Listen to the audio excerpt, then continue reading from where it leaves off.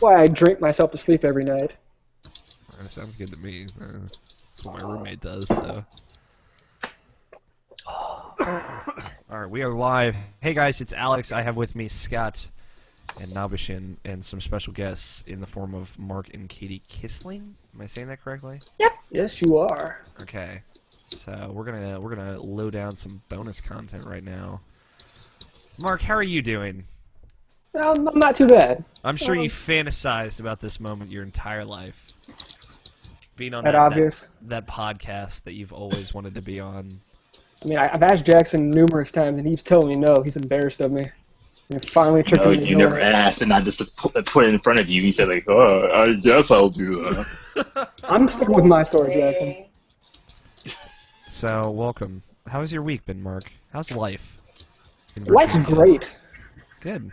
I can't really complain, but it's been one of those easy weeks at work. I had to go picnic. We had a company picnic, and it was bounce houses and face painting and all the hard stuff you do. Obviously, all the hard stuff you do. What do you do, Mark? I don't know actually. I am an accountant at Ferguson.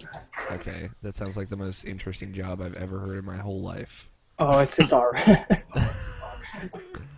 It's something alright. No, I love it. It's I pretty much take purchase orders and invoices and match them together and make sure everything's okay. Okay, these are all words that probably mean something. No, not at all. Okay. Is everything all right? You look confused. I keep hearing like myself. I'm trying to do some magic. You're late for me. To adjust that, but we'll see. We'll see what happens. We'll figure it out once we get into the show. But all right. Welcome to Irrational Passions podcast, Mark. For people who don't know, Mark and Katie are real life friends of Nabishin's, or Jackson, as he will from here on be known. By who? By us. Not by you. Not by me. I'm not allowed to. If I called Nabishin Brian, he'd beat the shit out of me. So. Oh, what? That's actually Katie's mic. It seems to be lagging like crazy for me. Yeah, that's welcome to Google Hangout. It's Yeah, turn off your video on that. That usually helps out. Yeah, that'll fix some problems. Oh yeah. Now they can see the close-up version of my face. Oh. Just what about you? over that. What about you, Katie? How's life treating you? Oh, wonderful. I'm really excited for the Borderlands pre-sequel. I'm totally gearing up for that, trying to beat Borderlands 1 and 2 and complete all the achievements. So you actually play more video games than just Call of Duty? Oh god, yeah. I don't understand. Nabishin, this isn't what you told me. No, I said that was a Mark thing, not a Katie thing. What are you I'm talking just kidding. I pay attention. God. Yeah, I thought we were just going to talk about Call of Duty. I mean, that's what Mark came on to do, so he can tell us. Pretty much. He's gonna order all Call of Duty games from worst to worst, and that's gonna be the entire show. Extreme detail of why I hate every single one of them, but I continue to buy them. There you go. Well, I'm glad that you're excited for the Borderlands the pre-sequel because I don't know anyone else that is, Katie. You know what? That game just looks really something. The words don't do it justice. It just looks really samey. I don't know. Then again, Well, all the Borderlands games are really similar, to put it nicely, but I don't know. yeah, it's on the moon. Yeah, it's on the moon. There's like less gravity, not no gravity, but less gravity. So that's something, right? Hey. Yeah. When we were at PAX East, our resident Borderlands superfan Anudis went and saw it, and he's like, I don't know about this game because like if you kill something in air, because of the like low gravity, the loot just goes flying in all directions. Oh. And I was like, that sounds awful. But, maybe they fixed that. That was an early build. Who knows? Who knows what'll happen? Well, we watched 15 minutes of it last night, and it looked pretty cool. I mean, the best part about Borderlands to me is playing with your friends anyways. Yeah. And then asking your husband if he wants some loot and then taking it before you grab it. What about God, that made me so mad. what about real life, What about Katie? life? Yeah, how's life treating you? Oh, well, life is pretty awesome. You know, living the dream. Part-time Jeez. princess. God, did you put them on just to make me feel inferior? No, Sorry. it's alright. I'm just teasing. Alright. What about you, Scott? Scott, how's the new house that you've moved into? Scott, he's just cutting in and out every 3 seconds. This is just... Fucking Google Plus. What's up? Hear everybody? I can hear Alex, and I can barely hear you. Oh. This is exactly what you expect from a Google situation. I'll see if turning off my camera will help the situation at all. Usually. Your face is breaking Google. Yeah. Well, if it doesn't fix itself by the time we we really get going, we can always switch. Do you got me good now? Yeah, I got you, Scott. Alrighty then. How's life? My house, right? Yeah, how's the new house that you moved into? It's still nice. Okay. I told you all about the pool table, about we have a outdoor court type thing with basketball hoop and other things. It's hard to describe because it's a compact thing that has a lot of things in it at once. Gotcha. But it's nice. It's cozy. It's downsizing, right? Yeah, it's less than half court too. Okay. Let's see here. Other than that, the only real problem we have is iron in the water, which means we can't wash whites at our house at the moment. Ooh. That's Yeah, rough. I can't live without my whites. That racist. came out more racist than I thought it would. Anything in life that's happened, Scott? Have you finished your summer class? Summer class is over, yeah. Okay. Thought I did pretty well on that. Hopefully. Although, I thought I'd be like a week behind and I'd have a full week to, catch up. But I had like 3 days.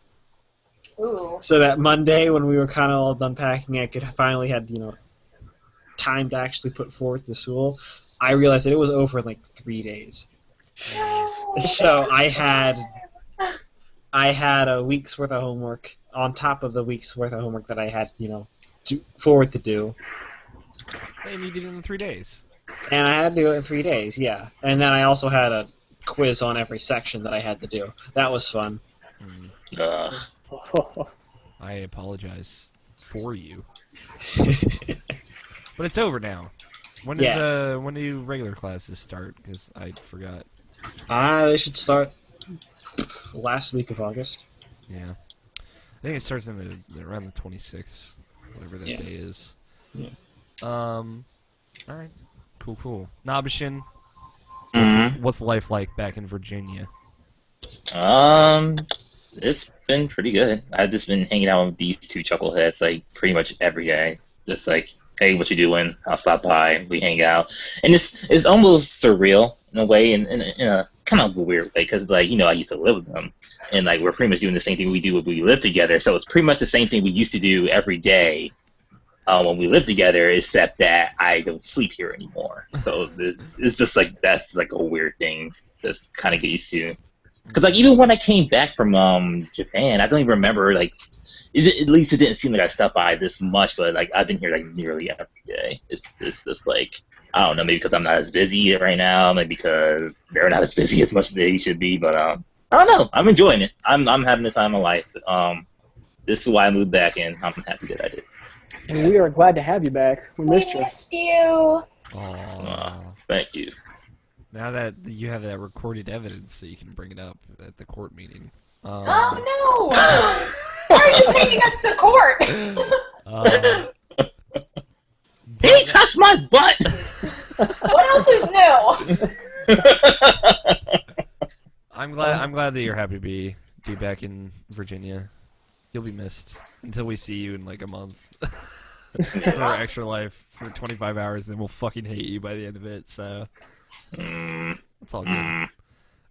Or you'll hate us more. That's the more accurate statement. Excuse me. You'll just been sitting there in your corner playing your Mass Effects for 25 hours, and you'll be Don't so judge done. me. Don't you fucking judge me. I'm not judging.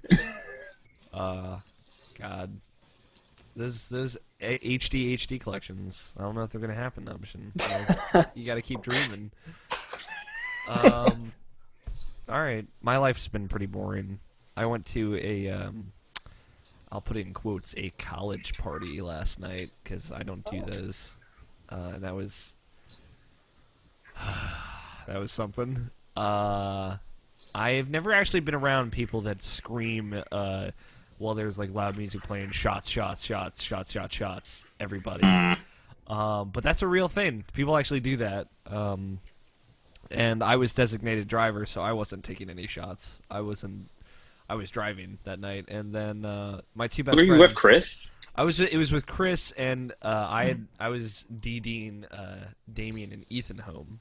Okay. And they got very drunk, which was the best part of the evening.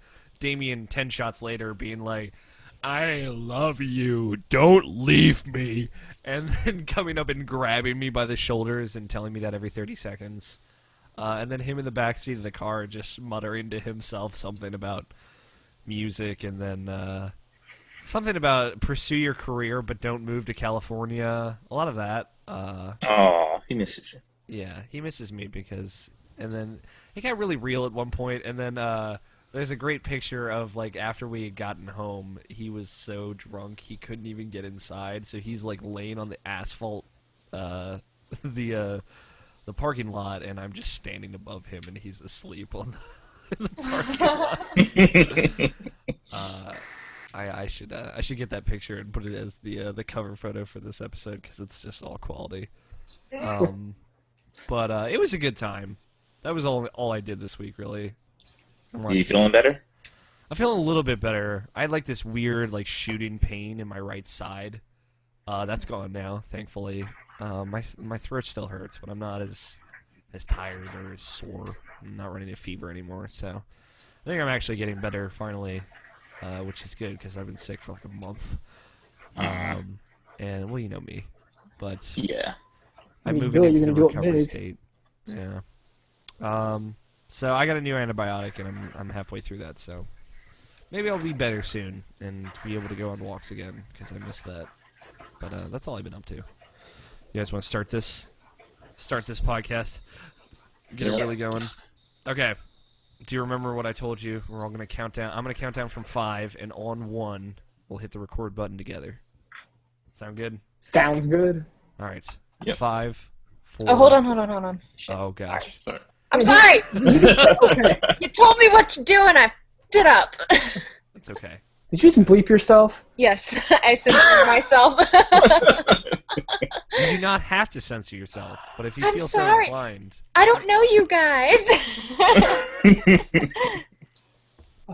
I'll Just cuss think enough of for it like both you're of us. just cursing at an option. Just be like, "Fuck you!" Oh, damn it! But he cries when I do that.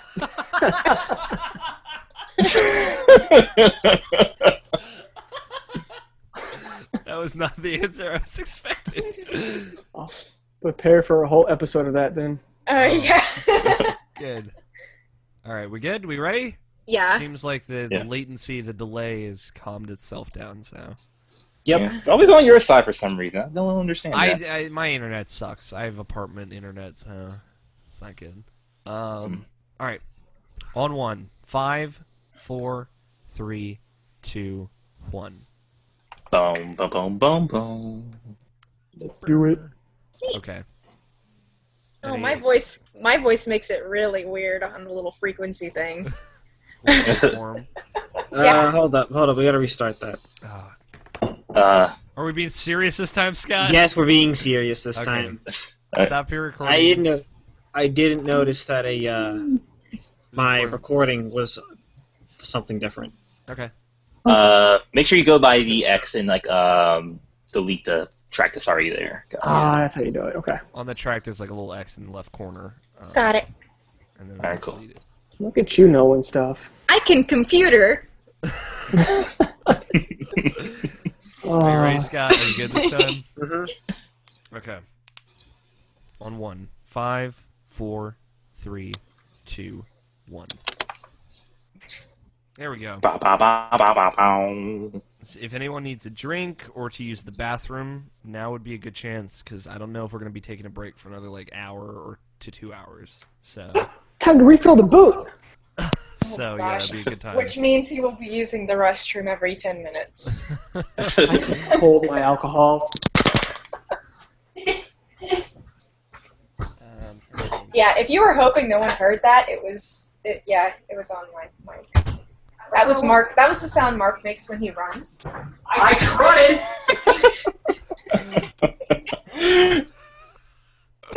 I heard that. I was like, what the fuck is Did you really hear me run? Yeah, you can hear you run. I really need to start going to the gym.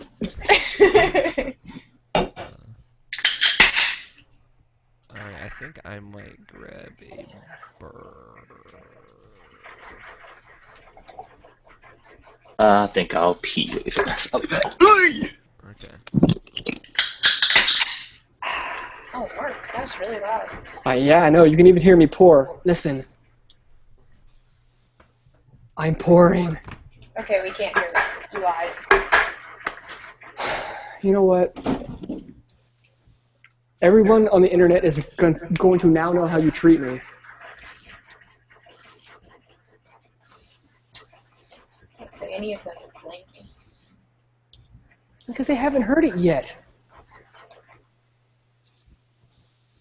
It's going to be weird when I go to listen to this at work and hear myself talk.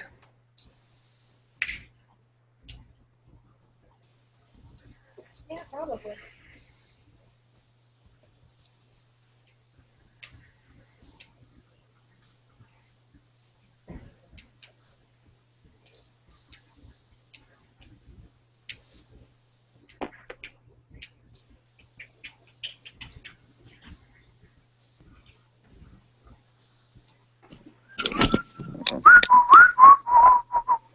Wow, well that's Jackson. Yes. Oh, how'd you tell? By the giant Jackson face that popped up? No, I'm not even looking at the... I'm looking at the audacity. I'll be Is it- audacity. The audacity. Oh, the Yeah, you have audacity. the audacity.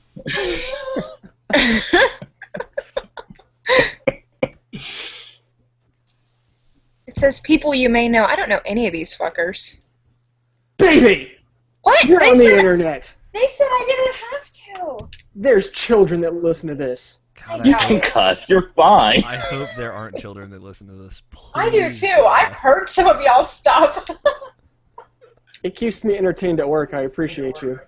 Well, you're welcome. Thank you for listening. We appreciate your patronage. I think that's what I'm looking for. Hold on, I have to tell my roommate he left the oven preheated to 450 and he just left. Uh-oh. I turned it off though. We're good.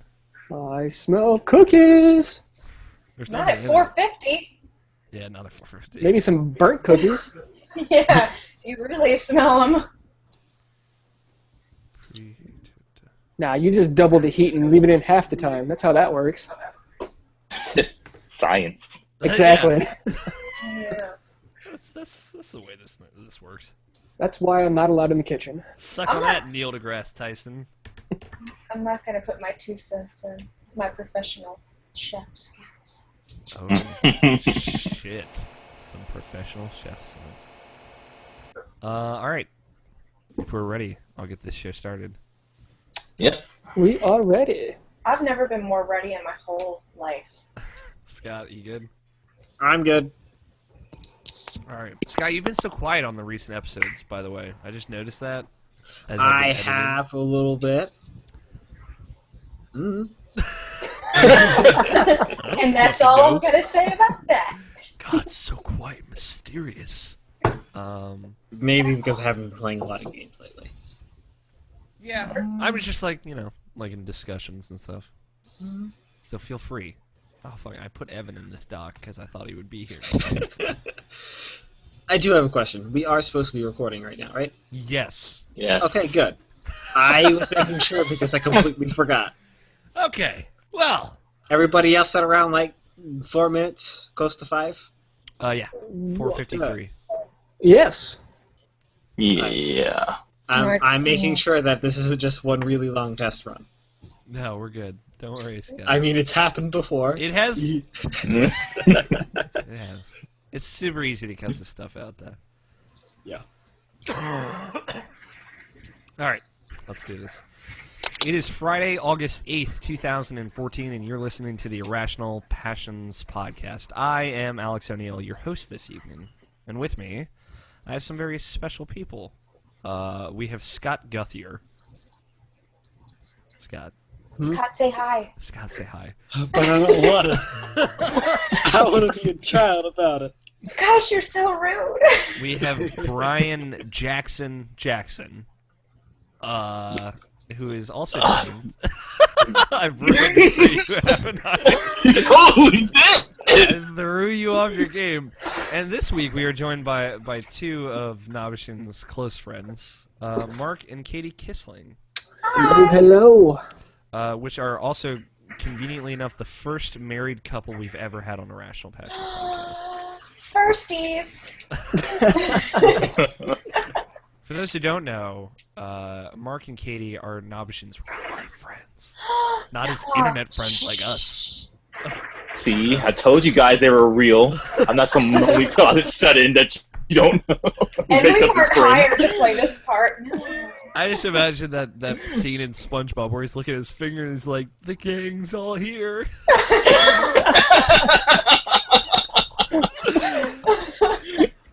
What I should do for the cover art is have that picture and edit Mark and Katie's faces onto SpongeBob. Yes, I totally want to be one of Jackson's fingers.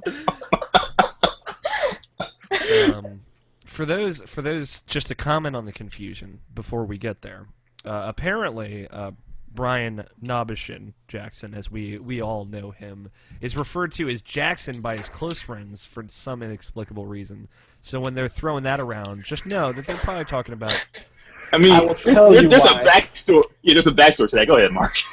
It's when we were in high school, our little clique just happened to be made up of 2 Marks, 2 Bryans, and I forgot the other guy because he's not important. And so I just started calling Jackson by Jackson, and they called the other one you. The other Mark. The other Mark, not the other. Okay. Oh, I'm so glad you didn't end up with that. Oh, yeah, that would have been horrible. Kissling is a great name. I don't mind being called Kissling. Imagine saying that at the altar. Ew. You just ew. Yeah. Sounds like one of the ducks off DuckTales.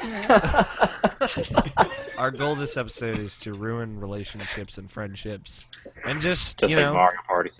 It's just like Mario Party. Honestly, Irrational Passions is just like Mario Party.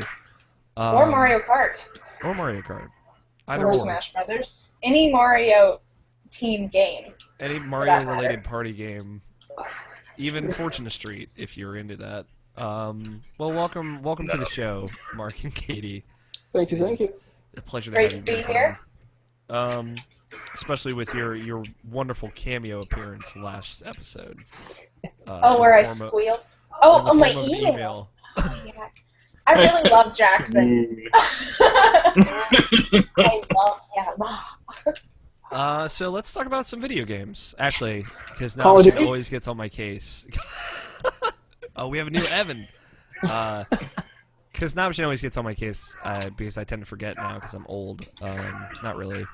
I'll catch you guys up. If you don't know, Irrational Passions podcast is home at irrationalpassions.com, which is a website that posts stuff about video games. And some stuff went up this week. Evan wrote an article, guys. I hate to blow your mind, but he wrote a preview for the video game 1849, which he's mentioned on here before is a city-building game set in the Wild West during the Gold Rush, and it doesn't have any cowboy hats in it, so it's probably garbage. Wow. 1 out of 10. 1 out of 10. We also finally, like I said I would last week, we got our half-year Game of the Year post up where me and the writers discussed our Game of the Year so far this year. And we'll do that on the show at some point, probably next week, just when things have calmed down a bit, when we're not having all these crazy guests on here that are just cursing and saying all these dirty things. And And Zach also got up a post called "The Return," and I don't know what it's about, but we'll find that out when you read it. So, because I've been behind on editing. So check that out. Check out IrrationalPassions.com, and of course, on our YouTube channel, youtube.com/IrrationalPassions. If you're watching this video, you're already there. You can watch me play Zelda games, such as The Legend of Zelda: Ocarina of Time, which I am currently playing on YouTube in video form. And Right now? Right now. You could watch 5 videos of that. And they're all like 40 minutes long, so you can spend a You whole also have afternoon. videos of... Well, Twilight Princess and Majora's Mask are done, so... Yeah, but, you know... If you haven't watched... Well, no! If you haven't watched those yet, you should. Alex plays Zelda. I'm playing all the console Zelda games from Link to the Past on. Someday, Scott and I will even play Four Swords Adventures. That'll happen. That is a fantastic game. I really enjoy that game. So that's it. That's what you've been missing. So let's talk about video games now. I can't wait to pair up with the bombs and the arrows. With Boomerang. Just Boomerang. ruin my day. Scott will play Four Swords Adventures, kill Alex, the sub game. I will take the boomerang. You can take the bombs. You know why. Oh, I know exactly what you're talking about. That sounds really dirty. I don't know how. Boomerangs, bombs, winky face. It's just the way you said it. I will take this. You'll take this. You know why. You know why. You know what's up. Let's talk about video games. Katie, how about you kick things off? Ladies first. Oh, What have you been playing video game wise? Oh, I've only been working my weekend job right now, so I've had a lot of free time. Okay. I've been playing Borderlands 1 and 2, trying to get all my achievements. She is. And contrary to common belief, Mark does play things other than Call of Duty, because he was playing Borderlands 2 with me, and we've been binging. It's not my turn yet. Oh, sorry. Well, you guys can talk together is like in tandem with one another. No, this is my time. Forget I mentioned him. I've been playing Pikmin 3, which is awesome. What the hell is this? So, all right. Let's see. What have you played the other Pikmin games? Oh yeah. Okay, I have as well. Yes, she's on the same level as you, Alex. Okay. I love Pikmin 1. Yeah. Pikmin 1 is amazing. Pikmin 2 is pretty good. I liked Pikmin 2 better, but go ahead, go on. Pikmin 3, just right off the bat, did not do it for me. I hate that they took out marching. I was like, Jackson, you're further in this than me, because he was playing right next to me. Mm-hmm. And I was like, at one point, do I get the marching? And he was like, what are you talking about? I was like, the marching, you know. Instead of that, you get the charge. What they do is everything that the marching used to do, they have something that accomplishes that task just a little bit better. Mm-hmm. Yeah, but I like the sound too. It's not just that. It's like when I try and use that, maybe I'm like Wii U stupid or something. This is like one of my first games that I have played on the Wii U, but like, it's just I don't know. It's definitely not the same. No. But what they do is to control your Pikmin now follow you like in line form everywhere you go. And they're smart about not jumping off a cliff. Like, I think... Maybe for your play. I think, like, the thing is, like, yeah, they did replace the marching, like, the C-stick control. Because there's, like, this lock-on system now. And I really don't like the lock-on system. And I haven't played Pikmin 3 since the last time I played it. So, it's been a while. But, yeah, it just... I don't know. It didn't do it for me. Where you lock on, it's kind of like... You're strafing around one target and you're throwing all these Pikmin in order. It was weird. It rubbed me the wrong way. So, are you not in love with Pikmin 3 yet, or as well as me, or not? I'm not in love with it, but I'm really, really determined to beat it. Because you've beaten Pikmin games, you gotta beat this one too. Yeah, I understand. It's my duty. Someday I'll go back to it. Scott was so. I like that a lot.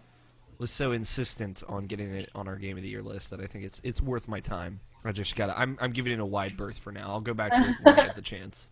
You gotta get your motivation back up. A wide berth. Yeah. What else have you been playing, Katie? I've been playing Tomodachi Life, which is adorably addicting. Yes. Nobshin told us that he was going to grandfather his version of Tomodachi Life to you. See, I don't know if he's done this with you guys, but he always does this. He always gives us games, and then if we don't play them fast enough, he'll quiz us. So this is...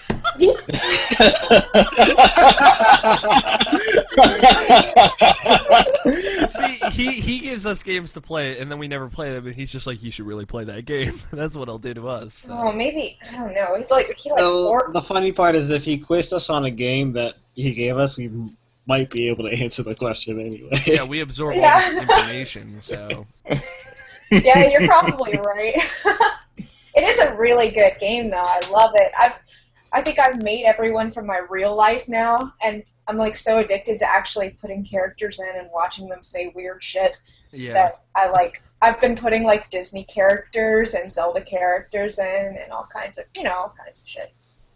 Yeah, it is. It has that appeal. It's so weird, and like you just see like characters that do the dumbest shit, like, the most weird shit. Yes, go ahead. I find it almost eerie, really, because the characters are so similar to like people in my real life. So that ought to tell you right there if people in my real life are weird as shit. Yeah. But like, I think my favorite part of that game so far has been the dreams. Like, what the hell? I'm a big fan. Yeah. Wow. It's like that next level of random. Like you go into a dream and then the person who's having the dream is like a seaweed flopping in the water. Yes! And it's like, what the fuck is this dream? What are you thinking about? And then they come out of the dream and they're like, I've been having this dream a lot lately. I'm like, oh, really? I don't think anybody ever had this kind of dream. Or it'll be like that time's like, you can look inside my head, and then you'll look inside their head, and there's like a piece of string, and it's like, that's what I've been thinking about all day. Yeah. Like, what the fuck is wrong with you? A lot of them are really accurate. It's like, look inside my head, and there's nothing there. And I'm like, wow, hey, I kind of expected that. Yeah. There are a lot of those surrealist moments, like my character, when Nobishin made me in his Tomodachi Life, he's like, oh, I come into the world and I've got a rain cloud over me and I'm depressed and sick. Aww. And then when I made my character in my game, the same thing happened. I was depressed and sick. Oh. I'm like, this is some true to life shit going on right now. Especially because last week, guess what? I was sick in somebody's Yeah. game. No. Was it 2 weeks? Oh yeah, well I was sick. I've been sick for like a month, so true to life shit. I've been in good spirits though, so suck on that Tomodachi Life. Yeah. That shit. Not that depressed. Just a little. I'm glad that you're enjoying it, Katie. What else have you been playing? I recently got close to finishing Final Fantasy 13, but damn, that game pisses me off. About time. So Oh my gosh! Do you like this game? You know, I'm gonna go ahead and go with no. There are things I like about it, and I kind of call myself a half-loyal Final Fantasy fan, because I only like half their games. They're like so hit or miss for me. Like, this game is just annoying. So what do you like about it? What is driving you forward in it? You know, really, the only thing I really like that much, it's certainly not the storyline. It's the mark hunting, and when you go to that big area. But this is sad because it takes like 3/4 of the game to actually get to that area. So it's like I really forced myself through it. I mean, when did that game come out? 2009. Jeez, that's the year I graduated high school, and I've been trying to power myself through it for that long. That's so sad. Yeah, I really like Final Fantasy 13. Yeah. I enjoy it. Like, there are problems that I have with it, like any sane human being. But I like most of the characters, and I like what most of the characters become later in that game. But yeah, I just really like the combat. I really liked playing the game. Yeah, the combat was good. It kind of, I don't know. It takes a little while to get used to, like, jumping back into that game after not playing it for years. Totally. That's no fun. Yeah. But, like, that one and 12, and a lot of people might disagree with me, have the best Final Fantasy combat, in my opinion. I knew a lot of people specifically that really like 12. I loved 12. Oh, 12 was great. Yeah. Scott, for example. Everything else about 12, no. Oh, But sorry.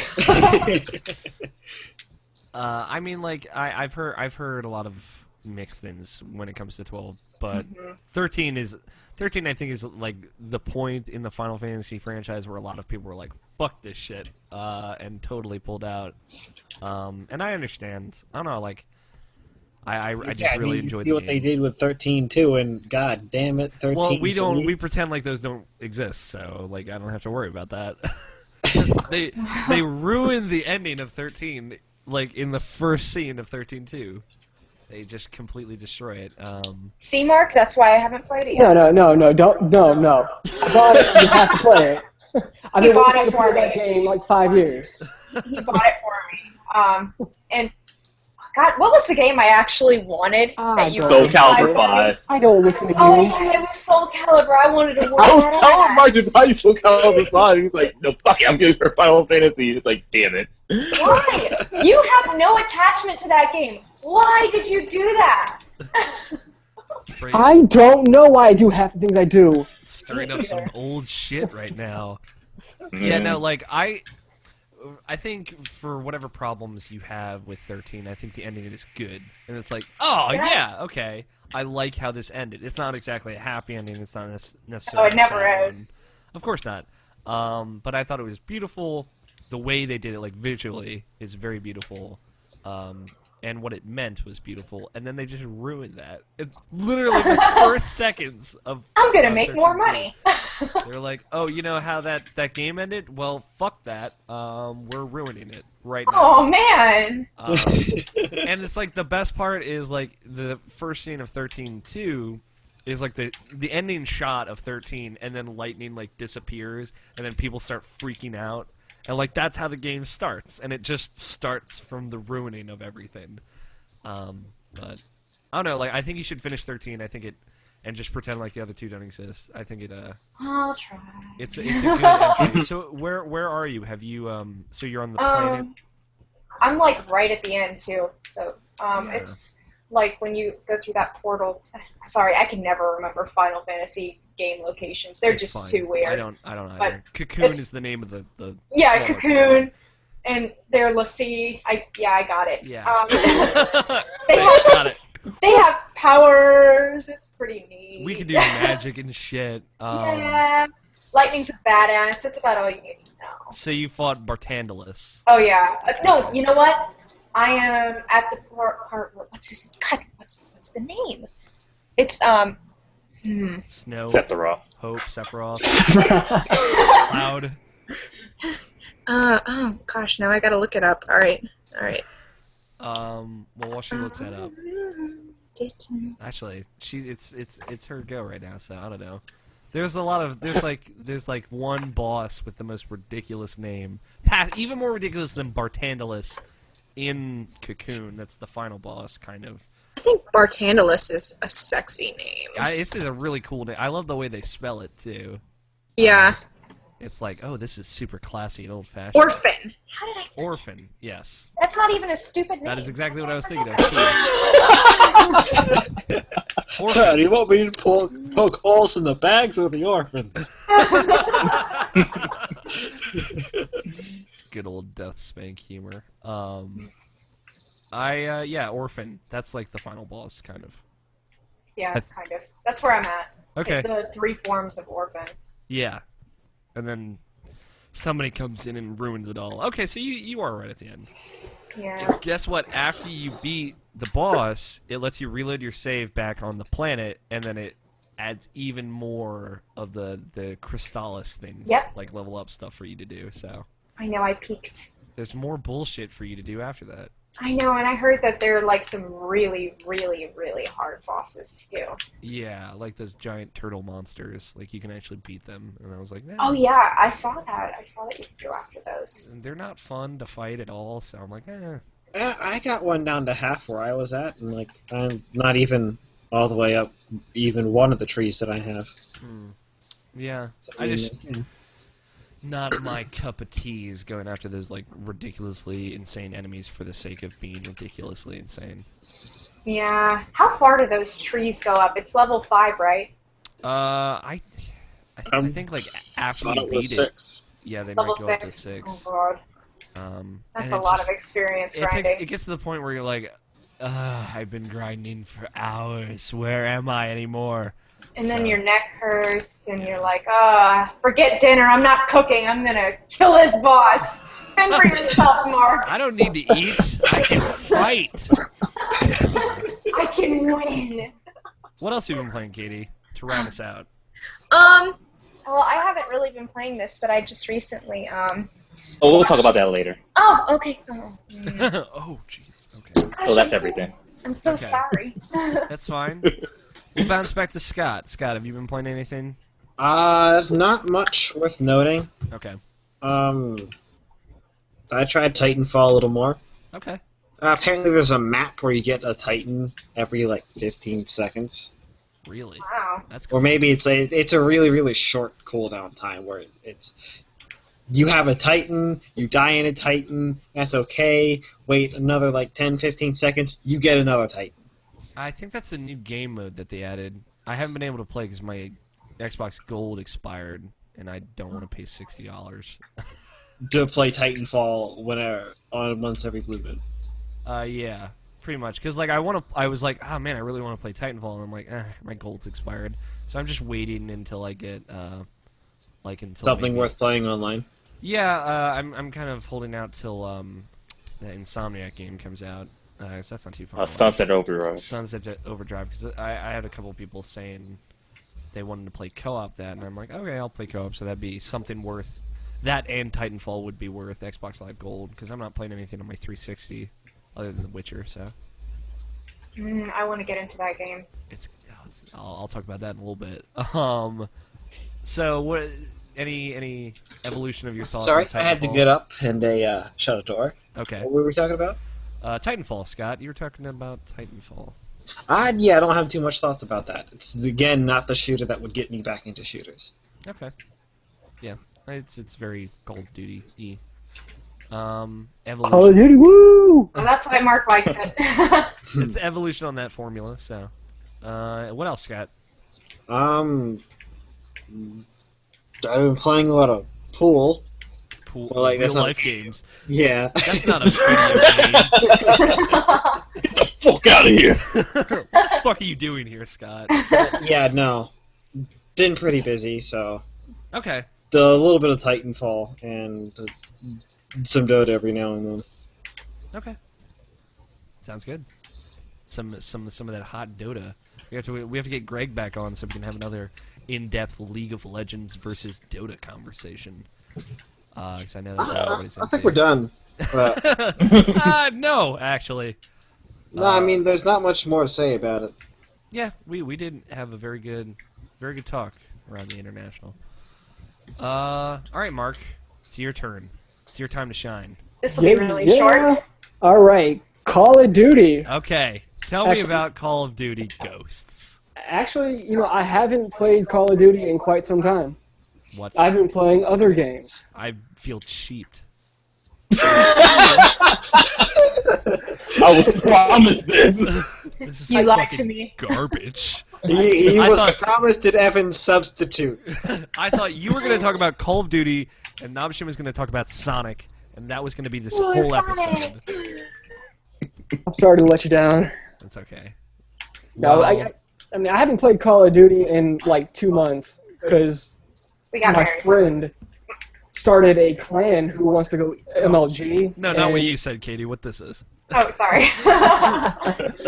And now that I have to play in order to be part of this clan, I don't really want to that much. Mm. And so I've been Pressure's playing. on, so why Yeah, play?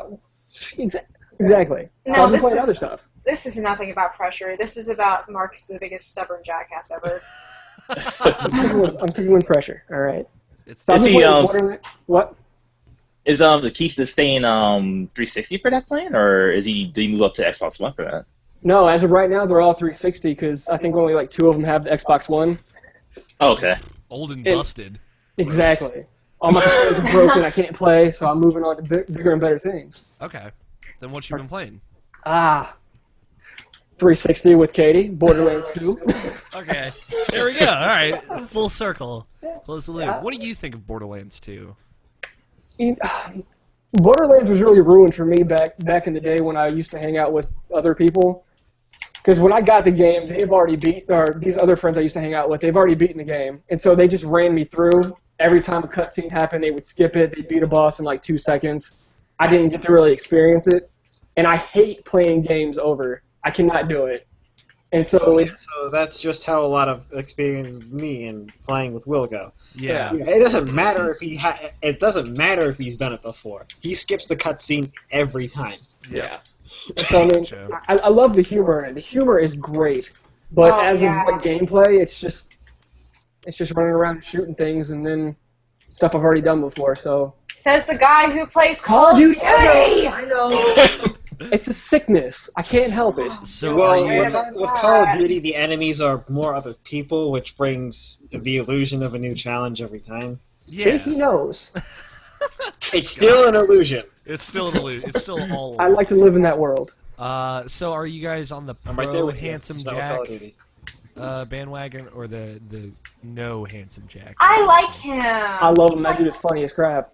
He's like the lovable asshole to me. Okay. And he has a pony named Butt Stallion. I mean, what's cooler than that? He was even nice enough to name my character after Butt Stallion. How cool is that? I enjoy handsome Jack. Me too. He's so handsome. I there are a lot of people that hate him with a vitriol that I just don't understand. But You can understand not liking them, but like yeah, you like can take it too far. yeah, like very much too far. Like, man, he fucking ruined Borderlands 2. I'm like, calm down. He made it Whatever. Yes, he did. He's my kind of enemy. So apparently, this Telltale Tales from the Borderlands game is about surrounding maybe his origin. Yes. So, Yeah, I heard about that. Yeah. His I'm kinda origin. excited. And actually, at the thing we were looking at last night was talking about this guy who was a boss, a minor boss Wilhelm. in Borderlands 2, Wilhelm, and he's actually one of your playable character classes. And you actually, you know, when you face him in Borderlands 2, he's like this robot effigy sort of thing, and he's like big and badass and all steroided up on his robot parts. And then in the pre-sequel, it's actually kind of his shit, I just fell through a rock. It's actually his origin story too, and as you get along doing his skill tree, you get to turn him into this robot, and I thought that was really awesome. that is neat. It's a nice touch. Yeah, I like the little touches that Borderlands adds. Like earlier today when I was playing, there was this what was it called, a QR code, and it was on just one of the random signs right in front of a bandit hideout. And you could actually download that onto your phone, and it'll give you. It said something about Marcus munitions, and it was just like almost like a little Easter egg thing. And you know, any game with Easter eggs is like my kind of game. I love the little things. Yeah, just like Banjo-Tooie. Yes, squeal. I'm sorry. I will not derail into Banjo-Kazooie talk quite yet. Why? Not yet. Not yet. Shh. What else, Mark? Unless you have anything else to say about Borderlands. No, not at all. Okay. Stole your thunder. Exactly. Well, after hearing you guys talk about it and seeing it pop up free on Xbox One, Guacamelee, I love that game. That Okay. game is fun. I haven't done all the Easter eggs and all the little side quests, but the main story, I loved it. Yeah, I liked Guacamelee. I mean, I'm not usually big on that type of game, but I don't know what it was about it, but it caught me. Okay. Was a game to play on your Xbox One. Yeah, probably. Oh, here's something, anything, please God. So that'll do it. I almost settled for Zoo Tycoon. You know when you're getting Zoo Tycoon on Xbox One that you were so sad. We'll have to talk about this later. We'll have to broach this subject. Okay. Put a rain check on that one. Yes. Okay. Anything else to say about Guacamelee? Nope. Okay. Man, a few words. Do you love the luchador style? Are you a big fan of that? No. Okay. That was the question. Simpsons Tapped Out is on your list. I see this. Oh, yeah. I'm sorry. It's just jumping out of my eyes. That was like your zoo game. I forgot what the name of it. But the Disco game you Zoo. yeah, that's like that for me. I can't stop playing it. Speaking of which, I gotta wake up some animals. You should have we used to play it all the time. Doesn't help Wake you up! anymore. I need to wake them up. You don't understand. That's not good for them. You're really not a good person, are you? God no, but they've been sleeping for like 4 weeks, so Oh, shit. now they're just depressed like me. Oh. With the same. Alex, where'd you go? We miss you. Oh God, I wish they would say that to me when I got back. Then I would buy them all little hats with my real money. So I've been avoiding this game like the plague, Mark. But, like, what is it about the Simpsons Tapped Out? I honestly don't know anything about that game, honestly. Both my brothers play it. That's all I know. Well, at first it was I had to beat Katie. I had to stay above her level. And now that she stopped playing, we've been playing so long together that I can't stop. Yup. That's how it works. I want to, and I found myself, I don't play it every day like I used to, or every 30 minutes like I used to. It's Every like now... 5 minutes, Mark. Shut up! So I mean, I've cut back a lot, but it's just something about it. And when I'm bored, I have nothing else to do, let me go see what they're doing. Let me tap on these guys. Are you twitching over there? I think you're twitching. No, I'm playing Simpsons Tapped Out right now. Hold I on. need it. I understand. It's like... Is it like one of those things that like time and progression happens when you're not playing it? Exactly. Yeah, that is the trick to making a successful iOS game, I think. Or you do something that's just super simple, like Threes, where you can just play it for a little bit, and you don't have That's to. Really, my Simpsons Tapped Out. yeah, you don't have to commit to it. You can just play it for a bit and then leave, or it's just evolving as you've left it going. I think those are the iOS games that'll steal your soul, like Disco Zoo. Huh. Well, then that means Puzzle and Dragons does not count as one of those games. Well, I mean, apparently the pulling the crank and like having the dragon like barf out like a weird lottery cube or whatever the fuck happens in that game, that is a addicting process according to Tony. So You get over that real quick. okay, good. It was more of a joke because he found your addiction extremely amusing. Yeah, okay. So he wanted to relate. He needed to relate. He needed to be more like me. He had to aspire to it. So he I wouldn't call it aspire. I would call it mocking.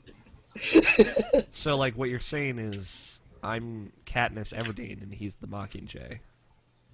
I'll stop. I'll leave. Not sure where you're going with that. No, go on. No, please explain Go ahead. this. Do you want me to call you Katniss now? Yeah, obviously. I'll call I you want everyone to call me Katniss. Katniss. Whatever gets me closer to J-Law, like that's all I want. Anyway, what were we talking about? Simpsons Tapped Out. Any other thoughts, Mark? Or is it just like crack that you can't explain? It's correct that I can't explain. I want to stop, but I can't. Yeah, my brothers play that game. Although both my brothers play Disco Zoo as well, so they're like a horrible example. So Send them my way because I need yours. okay. Hodo, shut up. Sorry. When you said I don't need it earlier, made me think of SpongeBob. I know you guys are big I hear static. fans. You hear static? Static. All right, we're good. Cool. Oh, you're fine. It's just you. It's just you. Don't worry. Like SpongeBob when he says, I don't need it. I don't need it. I definitely don't need it. And then Mark turns on Tapped Out.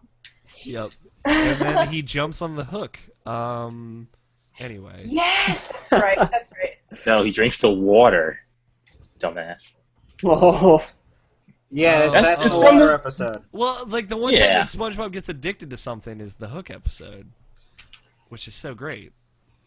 Oh yeah, he gets addicted to going up. That's right, to riding up the hook. Yeah, being one of those dangerous boys, those bad boys playing with fire. Anyway, what else have you been playing, Mark? Jackson made me play The Last of Us, and I ended up loving what I played. Oh, really? Oh, yeah. That's good news to me. What did you play of it? Did you just play the intro and like a little bit of the Boston stuff? I played up. To like where Bill was, right? Yeah, I think it was just before Bill, and then you took over playing. But yeah, Well, we're going through it played- together. I haven't touched that game because we were going through it together. Well, yeah, I mean, we'd switch back and forth, and that's when you took over, and we haven't switched back yet because we haven't played it yet. But but yeah, no, that game, I love that game. It's fun. It's So, have you tried any of the other Naughty Dog games, such as like Uncharted, Oh. for example? That's actually one of the first games Katie and I played together. It's Uncharted 2. Okay. Love Best Uncharted Uncharted. games. Oh yeah. Oh Um, yeah. So what did you think of The Last of Us? Did you like the setting, the characters, the story? My heart hurt at first. Yeah. That poor little girl. But no, it was good. I loved it. See, I'm horrible at explaining games. I just loved it. It's okay. Yeah. We all have troubles there. So like, there are two parts of the game: fighting people and fighting infected. I'd much rather fight the people. The infected, they've They put a scare hurt on me. me too many times. Yeah. Okay. Hate those clickers. So that's the opposite of Nobtion. So that's Yeah. interesting. Mhm. I do like fighting the infected quite a bit. I like both aspects of the game, but I like the unpredictability of the people, and I like it gets me very exhilarated when I'm fighting the clickers and stuff, and it's just like anything could go wrong at any moment. I really like that. You have to fight both at once at any point in time. You do in the DLC, but not in the main game. Which was like a curious thing. People were wondering why they didn't kind of implement that into the main game, but It feels like it should have been so natural to do. there are a lot of parts where they come very close, I'll say, but yeah, they're pretty separate. And the part when it happens in the DLC makes a lot of sense, I'll say. It just it happens, and it makes sense. All right, I hope you continue to play it and you like it all the way through, Mark. Yes, me too. What else? Keep going down this list. We'll keep pumping through them. Oh god, there's two new games that Xbox One has. Crimson Dragon. I hate that game. Don't ever want to play it again. So does everyone else, apparently. I knew it was going to be bad before I even turned it on because it But reminded me it's of. not Double Dragon Neon. Fuck that game. Holy shit. Anyway. What's that PlayStation game, Katie? Rise? Oh gosh, no, Not Rise. Lair. The most disappointing game ever to happen in my life. I saw the back cover and I heard what she said about that game. You The can't second- even. Go ahead, because I'm gonna fucking rant. No, the second I saw this game on the screenshots of it, that's exactly what I thought of. That game, Lair. And I played it and I was right. That game it's horrible. Controls are horrible. The gameplay is horrible. The storyline, from what I've grasped, is horrible. It's a lot of horror.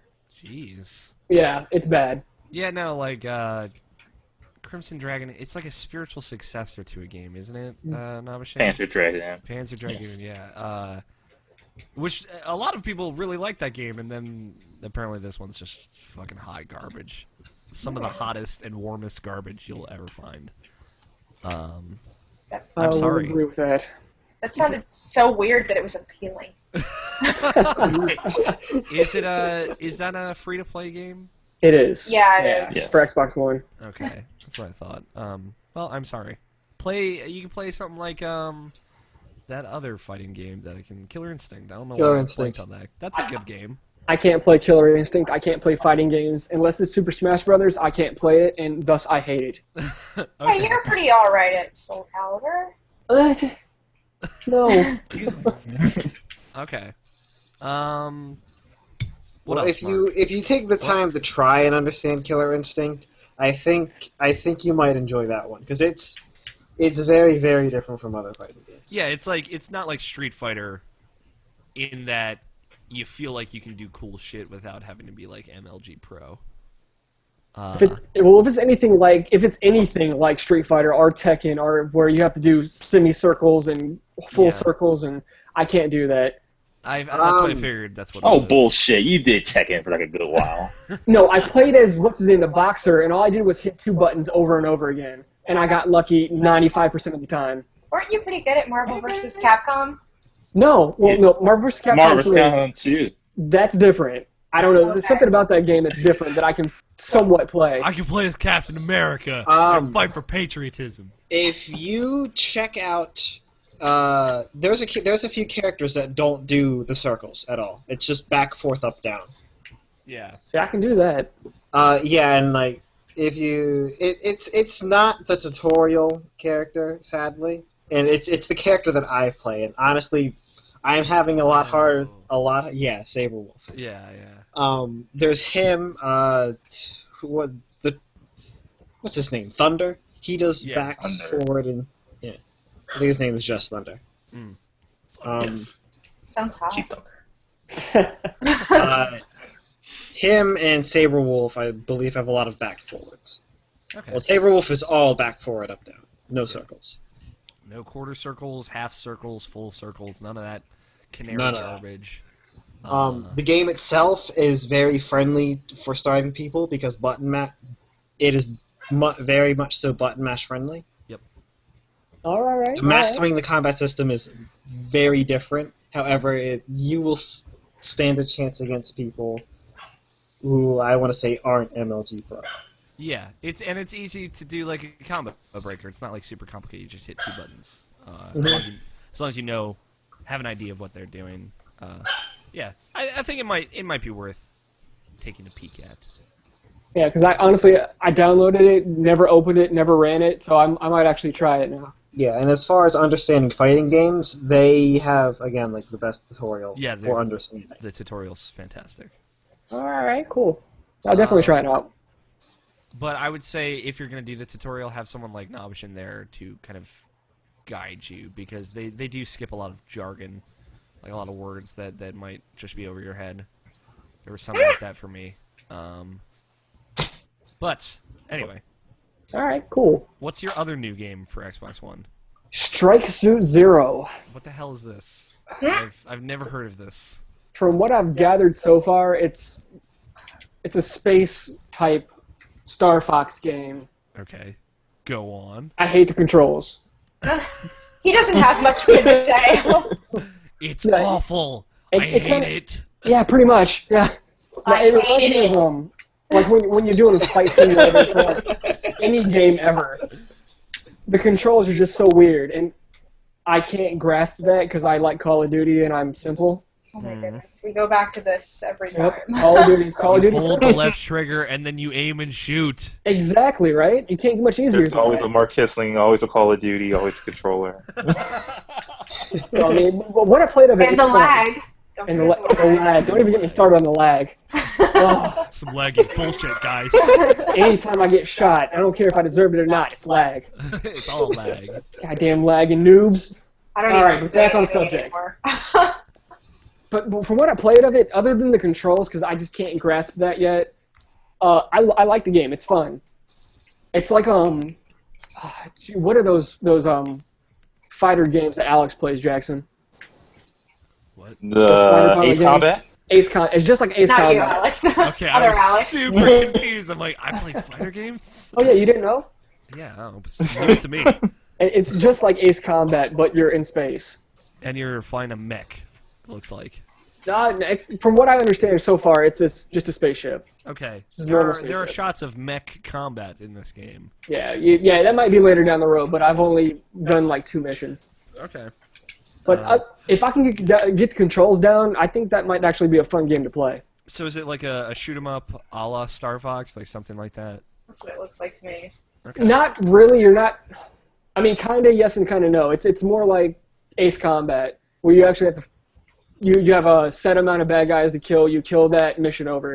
So you're not like on rails going forward No. constantly. You're like in an open area. Exactly. Okay. Yes, I understand now. I looked at some pictures of it. It looks interesting. I never even heard of it. It's a Kickstarter game apparently, and it's completely off my radar. I mean, the only reason it's on my radar is because it's free and I'm too cheap to buy games. Greedy. There you go. Pretty much. What else, Mark?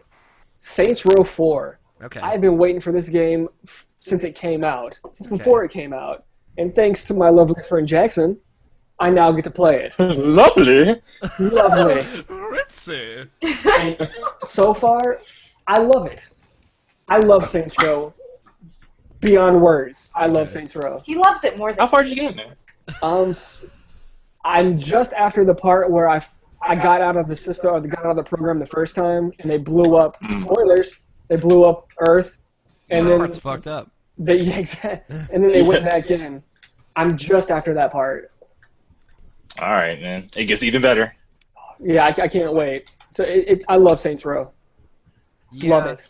I finished Saints Row 1. I don't know if you've ever touched that one. Oh yeah. I never Played all of them. Okay. I never got to play 2. I played about half of 3 on PC, nonetheless, so it looked very nice. And then, I don't know, 4 just didn't click with me. Yeah, 4 seemed kind of weird when I first saw it, but you said you only played half of 3, right? Yeah. Yeah, if Grand Theft Auto was pretty much just like, or Saints Row was pretty much just like Grand Theft Auto for the first 2. The third one, it started going completely crazy and just ridiculous. The fourth one takes that to a new level, and I love that kind of stuff. I love both of them, but Saints Row just has a special place in my heart, and it's fantastic. Yeah, I guess the Saints Row that I got attached to with 1 was the series changed a lot. Oh yeah. So I guess I don't know, like there was so much time between when I played 1 and 3 that it just died off for me. I can understand that. And I played 4, and it's like I'm, jumping around. I have superpowers. I'm basically unstoppable. I was having fun, and I was just like, okay, I had fun with this game. Let me put it down. I'm not going to come back to it. Like the Grand Theft Auto is to me right now. I understand. Yeah. I like the superpowers, man. So far from what I have, the ice and the fire and the stuff like that is just kind of weird. I don't really use it that much. But the jumping and the flying, I love it. Yeah. It's like prototypes up good. Pretty much, yeah, exactly. Prototype. I have such hopes for that game. I think no one did. I was going to say, I think everyone did. But no. I want it to be good. Yeah. We always want them to be good. They never are. Yeah, although that game got a shitty rap because it came out the same day as Infamous, which is a much better game. I will agree. Unfortunately. But, anyway, what else, Mark? Continue to spit some rhymes at me. Lord. Oh no. Not really. No, please don't. Oh. Video games. Why do you egg him on? This could have been the start of my rap career. Thank you for ruining it. I'm sorry. It's all my fault. He's the next Eminem. Don't you ever put me on his level. He is too great for me. My friend told me, my friend Josh, he's like, I think that B.O.B. and Bobby Ray are like the same person, like 50 Cent and Eminem. Oh, Jesus. And he my thought goodness. Eminem was an alter ego of 50 Cent. Like, Wow. and it was the greatest thing I'd ever heard in my life. Oh. How great would that be, though? Anyway, Big old black guy and his alter ego is a big old white skinny guy. little white Yeah. guy. I like it. I can dig it. That image is just wonderful. Anyway, continue, Mark. I know I haven't played Call of Duty Ghosts for a while, but last time I haven't been on the podcast before, so Call of Duty Ghosts, I played that within the last 3 months. Okay. And yeah, Call of Duty. So what is it about this specific Call of Duty that you dislike? This one, I don't have much. I actually enjoy this one, other than my shitty internet connection, which I figured out that's a different story for down later in the podcast. Verizon has aggravated the hell out of me. But ever since I got that problem fixed, this Call of Duty it's been fine. I like it so far. It's just I've talked so much shit about Call of Duty like the past 5 years because it's pissed me off every game. Every that day. I kind of lump this into being one of the games that pissed me off. Yeah. I understand. like Call of Duty has Yeah. it has some issues. Let's see. Yeah. Now it has 3 different developers, all trading off the same game, and when 3 different people are making the same franchise, basically from year to year, there's just going to be different implementations of mechanics, and the good mechanics that were from the last year's game, they're just not even going to be in the new one because completely different people made this. So I think the last Call of Duty that I actually truly enjoyed the entire time was like Call of Duty Modern Warfare 2. okay, No. I don't believe you, Jackson. Which one? No. You were saying like this is not as good as Modern Warfare 1 back then. No, my all-time favorite Call of Duty that can do no wrong is Call of Duty 2. No Call of Duty will ever be Big better Red than that one. game. You quiet. I am a big fan of Call of Duty 4. I love that game. I did. I enjoyed Black Ops 2. Nope. quite a bit. Well, no, Black Ops 2, you're right. I enjoyed that more than I did Black Ops 1. Black Ops 1 I could not stand. All right, here's the definitive question. How did you feel about World at War? Yeah, that's the first Call of Grenade, Duty. that's the game.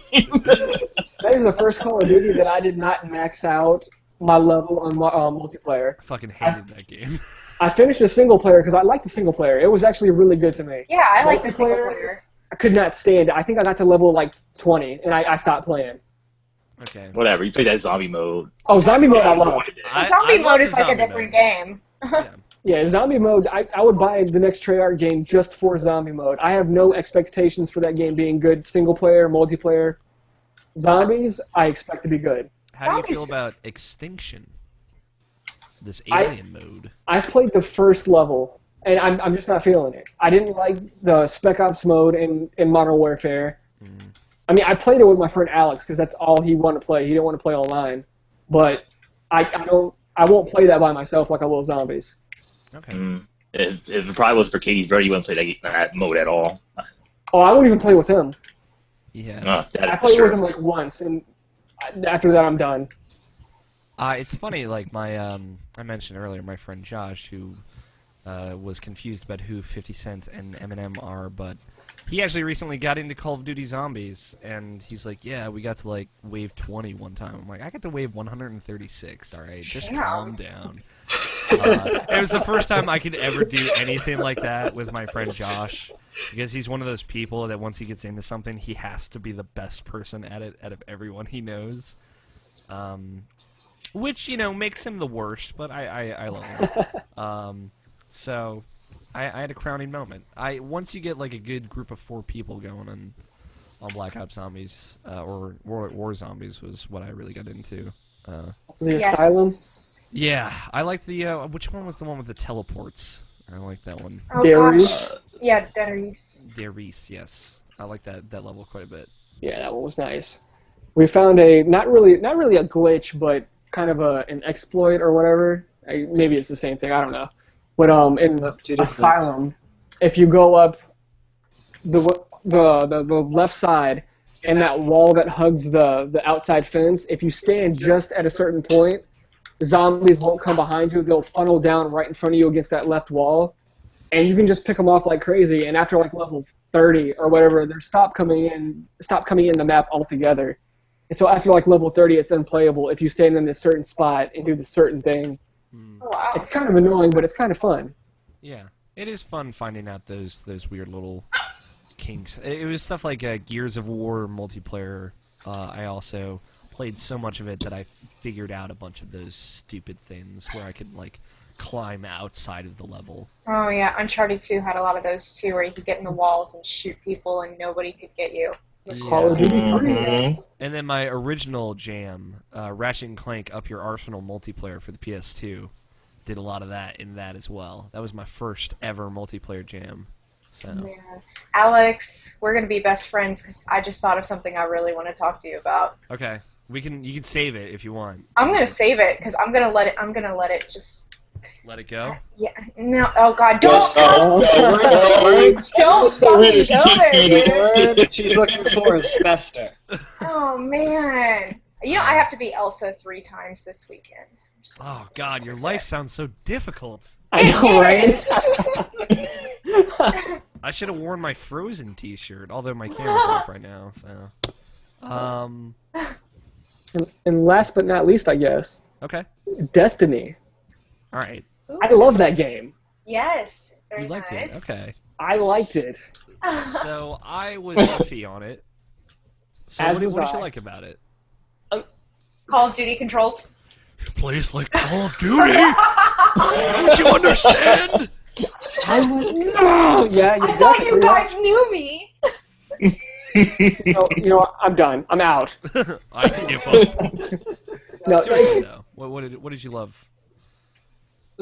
everything so far. From what I've heard, what I've played of it, I was a little iffy about it because I've, much like the previous Call of Duties, I've talked so much shit about Halo that I felt bad playing it. Jackson can contest to this. But I was really iffy about it because I didn't know if this was going to be anything like Halo. The developers of Halo made this, as everyone knows, and so I was a little nervous playing it. But the game's just fun. Everything about the game, it reminds me a lot of Borderlands, which I know it's supposed to. Yeah. But it's just all around fun. I loved it. Yeah, it's like, so did you play all of the story missions, a little bit of multiplayer, a little bit of the like open world stuff? Everything that was available in the beta, yeah, I played a little bit of multiplayer. I played every story, or to the complete end of the story mode. Mm-hmm. I didn't get to play the moon because that was unavailable at the time. Yeah, they basically put that there. I think they opened it up for like 2 hours at some point, but they basically Something like that. They put that there to be like, yeah, pre-order Destiny if you haven't already. Huh? And I think I will. But no. Because, like, if you click on the moon mission, it's like, Destiny launches on 9/9 of this year. And I'm like, fuck you. And, I don't know. So I played the story stuff. I liked that. I played it with a friend. And I had a good time with that. And then I played some multiplayer with a couple other people, Jarrett and Jacob, of Irrational Passions writing fame. And we had a good time. Like, we were just goofing off and stealing tanks on the moon and blowing people up.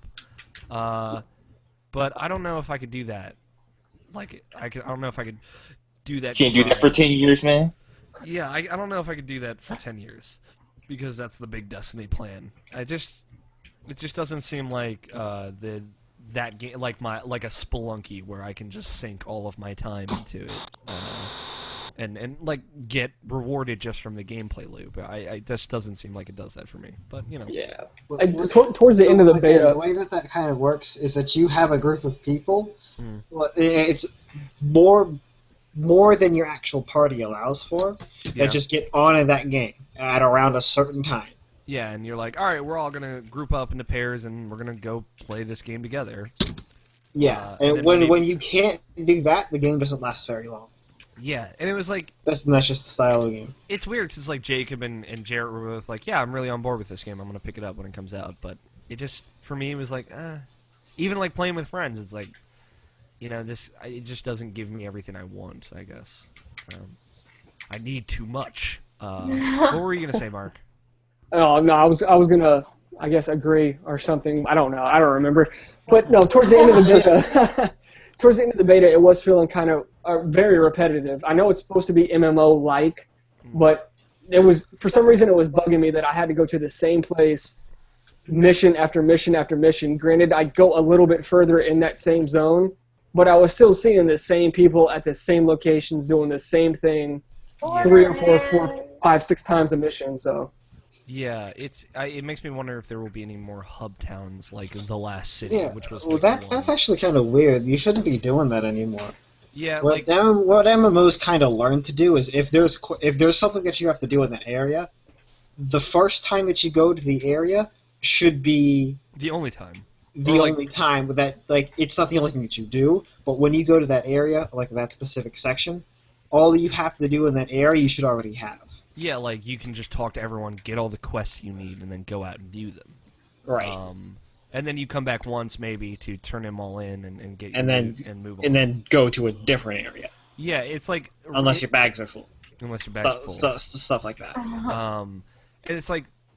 again, the beta doesn't really give an idea of the scope of the game because there's Venus and Mars areas as well, and there might be hub cities there that you can go to as well to pick up quests and stuff. But yeah, so I'm not going to be one of those people that, oh my god, this game is horrible. I had to do the same thing 2 times. I understand it's a beta, and I understand that it might get changed.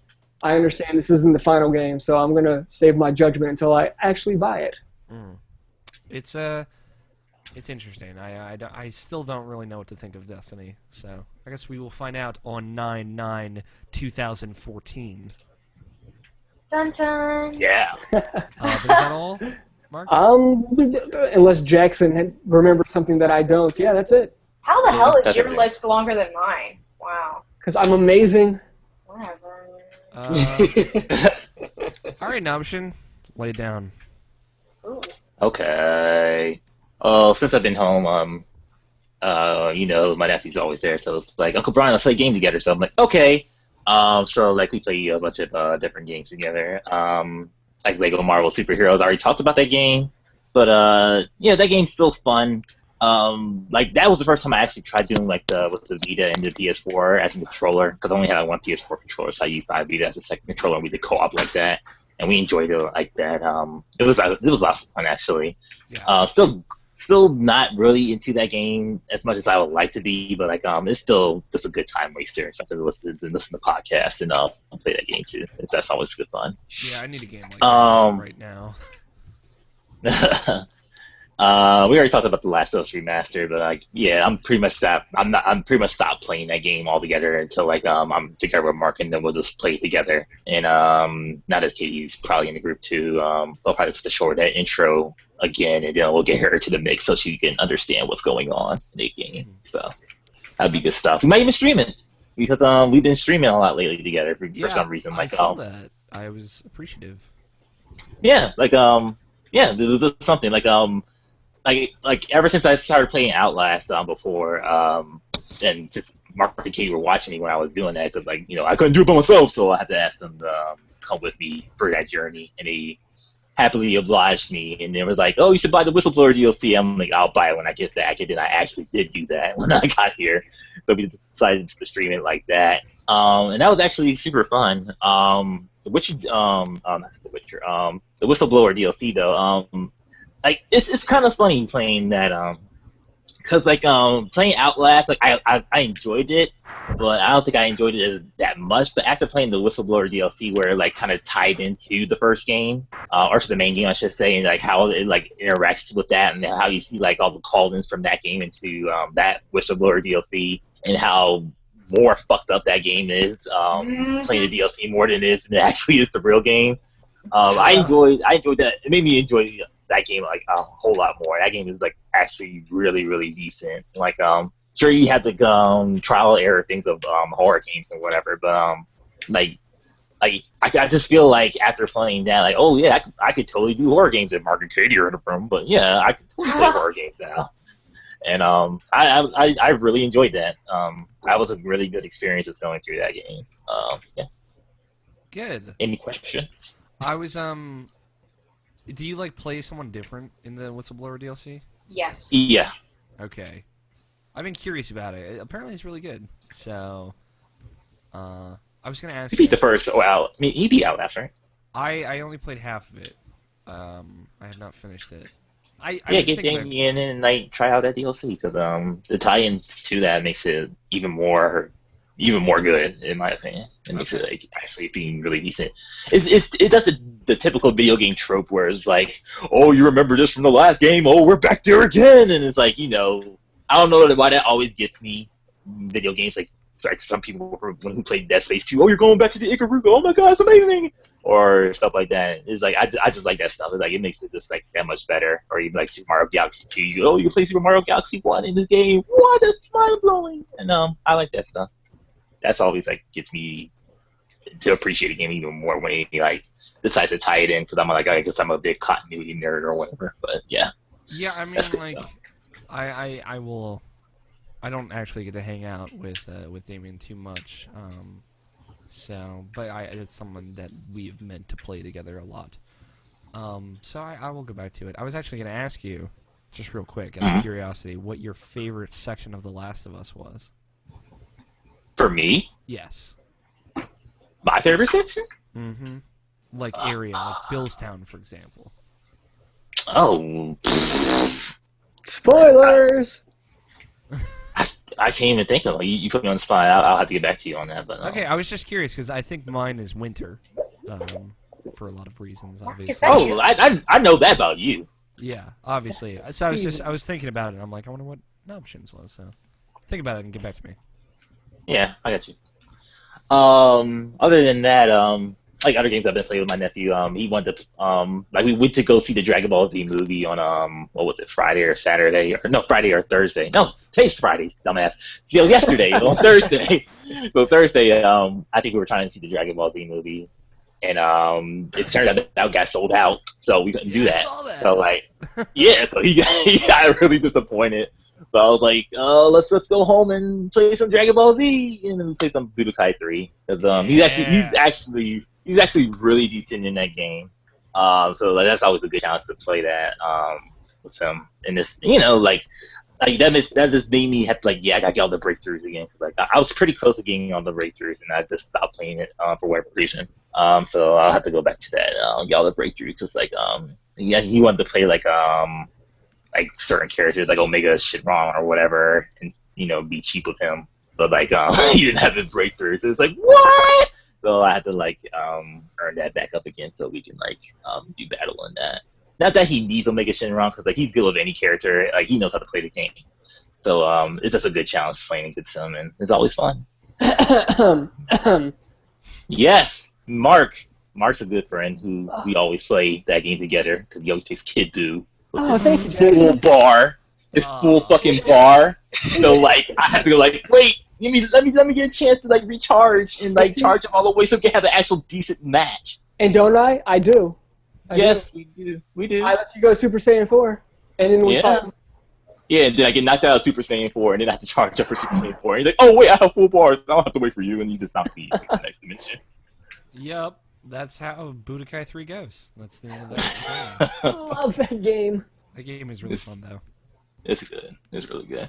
I've been playing more Super Mario 3D World. I'm still trying to do that speed challenge before I actually do the final boss thing. I'm determined to get all the stars before I do that part. Yeah. And I've been doing that with my nephew. He's been helping me out. I actually got a little bit further in that, but I'm still missing maybe 10 stars, 10 of the green stars from that speed challenge. So that's something that's going to be we're going to get through eventually. But I just eventually remember we'll get through that. I just remember something from that final level. There's a part at the end that was a huge surprise that it made me super happy. And okay. I'm excited for you to see it. All right, cool. That sounds good. Yeah, I kind of thought that the green star challenge, the speed challenge, the 30 green stars was harder than the level. Honestly, it took me. I bet. Because oh my god, there's one in there where you're like, oh fuck, where do I go? And it fucks you up every time. Yeah. Yeah. Yeah. So I feel you. Mm-hmm. What else? Well, since another thing since I've been here, I've been trying to get my nephew to kind of get away from playing Happy Wars all the time. That's one of my parents asked me that too, not to sink all his free money into that free to play game. So I try to get his interest into other things. So I had him play a little bit Mario Kart 8 with me, and he instantly fell in love with that game. He loves that game to death. Even though he got all gold trophies in a day. And then I was like, oh, if you do that, if you get all the gold trophies and I want 150cc and mirror match, and I'll give you $50 for Microsoft points. And he did that in 9 hours or something like that. You So told us last week, and it's still. Oh, did I? Yeah. Oh yeah. Well, yeah. My nephew's a fucking pro in that game. Anytime anytime he even goes online, he's always number one. Cause he apparently. Baby Rosalina and the certain card that he gets, that's the perfect combination for him. So he always gets the first place. So yeah, he is on that game and he really loves it. And it's always fun to play too.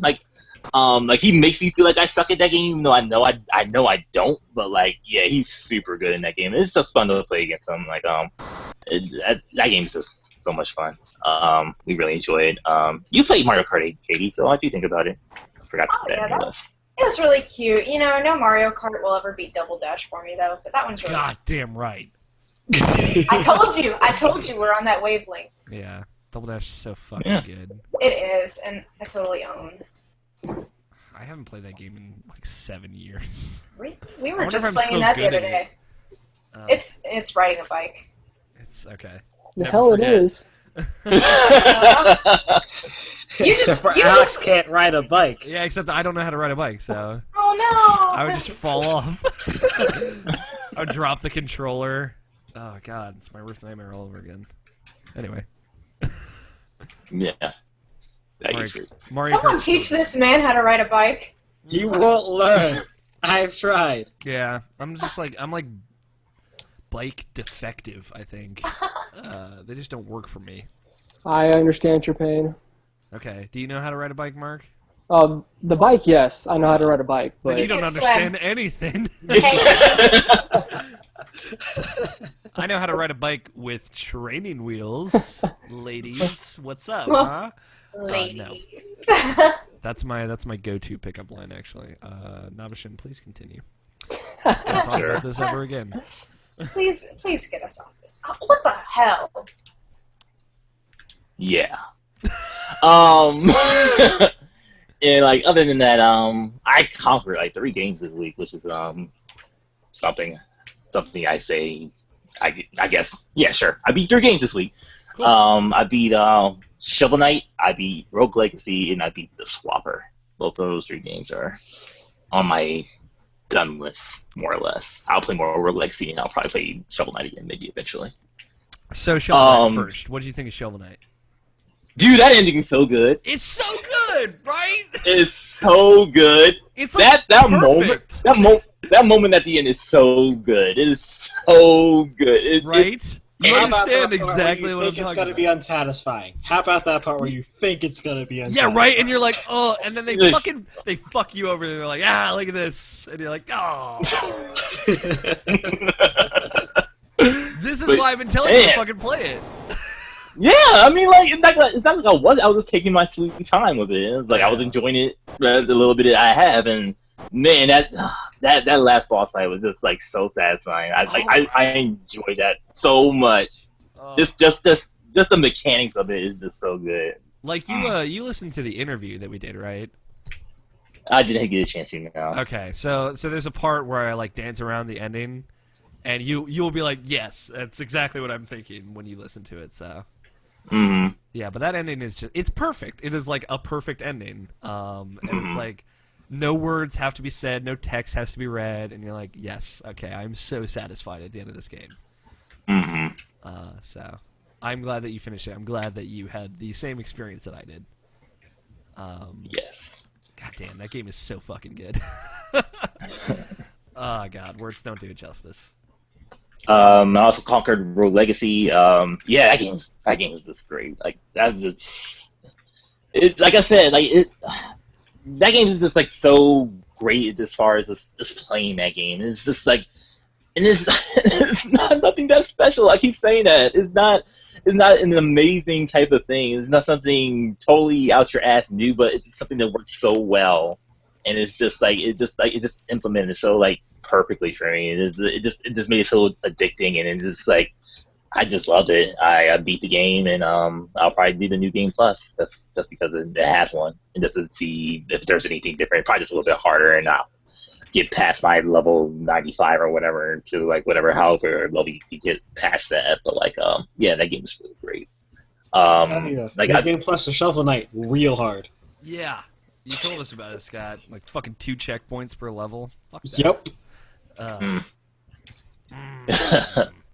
And the Swapper. The Swapper is a really great game, and I feel like a lot of people are going to miss out on it. Just I don't know, for some reason it doesn't seem like it like because it's like $20 right now, and like it's and it's just basically a puzzle game, but like for what it is, it's a really, really, really decent game. Like, basically the mechanics of the game is like you just make up to like maybe I think it's like up to 4 clones of yourself, and you just like solve little puzzles to your area. You get orbs, and you just move on to the next area.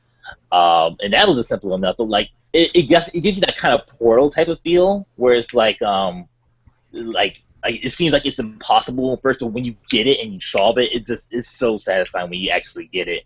And like for the most part, through that game, I solved every one of those puzzles except like maybe 2, because I was just being super dumb at that time. And it's like, oh, duh. So like that's like the only 2 I had to look up. But like and that's because I wanted to beat the game. Because I did everything else before that, and it's like just to get to like the last part of the game, which is also like a really great ending for what that game is. That the way that game ends, it's like how it wraps up. It just gets so it's almost horror game-ish, but not really. It's just like it's like this weird space airy like an alien type of feel. It's really really like strange but like creepy all at the same time. But it's really really good. And I swapped at the end just in case anyone wants to get that reference. But gotcha. Yeah, that game's really good. Did you play it, Alex? I never knew if you did. I did not play it. I watched someone play it, and then Patrick Klepek thoroughly explained it on one of the Bombcast Game of the Year shows, I believe. So. Oh, I must have like blanked that out of my mind. I don't remember him talking about that. Yeah. I remember him preaching it. I just don't remember him talking about it. I know what you're talking about. So there you go. Oh, okay. Cool. What else? Yeah. So those are the games. That is literally everything. Yeah. Mark and Katie, did you guys have any comments on the Whistleblower DLC? Past what you had said before. Well, I felt really sorry for all the Mims. Oh, jeez. Yeah. Especially that guy on the. Oh, jeez, yeah. Yeah. I don't even want to know. I liked it. I'm kind of a giant bitch when it comes to playing horror games myself. I can watch somebody play them all day, and I can be like, ha, that wasn't scary at all. Why are you jumping? But you put the controller in my hand, and I bitch up quick. Yep. But so from what I watched, I loved. I mean, Outlast is very good at jump scares. I will give it to that. Next up, you guys should. I wish there was like a way to play Amnesia on a console, because it's the best horror game I've ever played. It's just. I got bored. I'm sorry, I did. I know. I'm sorry, Scott. I really liked Amnesia. It really did it for me. I thought the ending was a little dissatisfying, but I don't know. Just the moments when shit happened that I did not expect to happen, I fucking lost it. So, but I played some video games, and we will. Yeah, you did. We will wrap this up. I don't have too much to talk about, and then we'll take a break. I want to interrupt you real quick. But have you played the game The Forest? The Forest. Ooh, I was gonna ask. I have not. Not heard of it. Well, you continue what you're going to say, and then afterwards, if we have time, we'll talk about The Forest. We'll build suspense. Okay, sounds good. I continue to play The Last of Us Remastered. I got to the house part of Fall, for your reference, Nomishin. And I was super tired, and I was like, I do not want to go into this cutscene super tired, so I will wait. And I have not picked it up since. I've been meaning to go back to it, but... Have you done the multiplayer yet? Yeah, I played a fuck ton of the multiplayer, actually. Oh, okay. Apparently the multiplayer was like broken at some point, because they released a patch to fix it. Just the matchmaking was taking forever, but they fixed that part. Oh yeah, that did happen to me once, but I managed to get into some games fine. Yeah, I talked about the multiplayer last week. It's really good. 60 FPS. It does the job well, I'll say. I played more Spelunky while I was editing the podcast. I beat it again, and I was like, why do I even anymore? But then I remember that game's just so good. Yeah, man. Spelunky's not the game you need an excuse for. That's Disco Zoo. That's Disco Zoo. I need an excuse. You my need an animals are excuse for this sleeping, game. Scott. You don't understand. I have to find my cockatoos. They're lost. In the other exhibits, the polar bears will eat them. Do you want that to happen, Scott? Actually, I do. Come on, I want to see a video of that happening. It's just like a little pixelated polar bear eating a pixelated cockatoo. I played Super Mario World. When I am editing the podcast, I get this weird inkling to play old Mario games. So I booted up my You Wii mean the U. best Mario game, maybe? All right, calm down. All right, it's no Mario 3. You need to calm yourself. But I have never actually beaten all of the levels in Mario World, because most of them I was too dumb and young to figure out. So my brothers beat them for me. But I've been going through it, and I've been enjoying it. And I've been playing. It's one of the weirder Mario games. It is a really weird Mario game. I really like the enemy design and the level design in it, though. I mean, it's no Mario Sunshine, but it's not Yeah, no. that weird. Well, then again, nothing is. But Mario Sunshine was the best kind of weird. Yeah, it was. I've been watching the Game Grumps Mario Sunshine playthrough, and I just really want to fucking play that game now. Shut up, Mark. You don't know what's good for you. Call of Duty. You don't like Mario Sunshine, Mark? What is this hatred? Honestly, I don't know. I've never played it myself. Maybe that's the Exactly. reason. Oh, okay. So I watched your Shady opinion play doesn't it. matter. Got it. Yeah, pretty much. Call of Duty, whatever. I like Mario Sunshine as frustrating as it can be on occasion, or Oh, yeah. all the time. It just didn't look that fun to me. I mean, I don't It's I don't fun in a know. really weird way. You're just spraying water and cleaning up the place, and you're like, yeah, fuck pollution. And then honestly, really I think good it about was. I think it was Super Smash Brothers that ruined it for me. When they took out Mario's whatever the fuck His move down it B, was, yeah, his for whirlwind attack. the water one, I instantly got pissed off, and I think that's what started my hatred for that game that I've never even played. that hot fluid action. Yeah, that is perfectly acceptable. Because how else are you supposed to get up to that edge? Come on, you got to down B, then forward B, then use your up B. Exactly, come on. right? You gotta, but now it's like the down air is. Oh, his you know what the spin. biggest bullshit is? Luigi gets to keep his down B, Yeah, and what the it fuck, still Luigi? goes real goddamn far. You keep Luigi's name out of your mouth. Luigi is the man. Luigi, will keep- I'm with you all the way there. All right, Luigi cool. will death glare you to death. Anyway, Ocarina of Time. That's a video game. In my series, Alex Plays Zelda, plug, Nabashin, shut up. For a moment, it clicked with me, and I got way back into Ocarina of Time. I really enjoyed it. So I got through the Fire Temple and the Water Temple, and I'm going to attempt to do the Spirit Temple before the Shadow Temple for the first time. Quick question. Yes. I can every time I play Ocarina of Time, and this is probably like 3 times, so don't judge me for this. But I always forget how to like. But I always forget how to take out Darkwing. How is that method? It's always like something random. Like it's always like using the Din Fire every time or something. Mega 10 like hammer. The hammer is the best bet because basically he will swing his sword if you swing your sword, right? And But Yeah. if you slap swing me. the hammer, it doesn't always register as a sword swing, so he'll just stand there and take it. Okay. And that's the best way around it, but it can be tricky sometimes. I had a little bit of trouble when I was fighting him. Well, yeah, in this it's not like it's playthrough. impossible to take him down with the sword either. The biggest thing about the sword is he will stand on your sword, Yeah. and then he gets a free hit on you, Yep. and you can't do anything about that. It's, So that's why it's always best to switch to something that kind of acts like a sword but isn't the sword. So, like, one of his things that he always does, like, in response to your moves, is if you do a jump attack, he sidesteps and then jump attacks.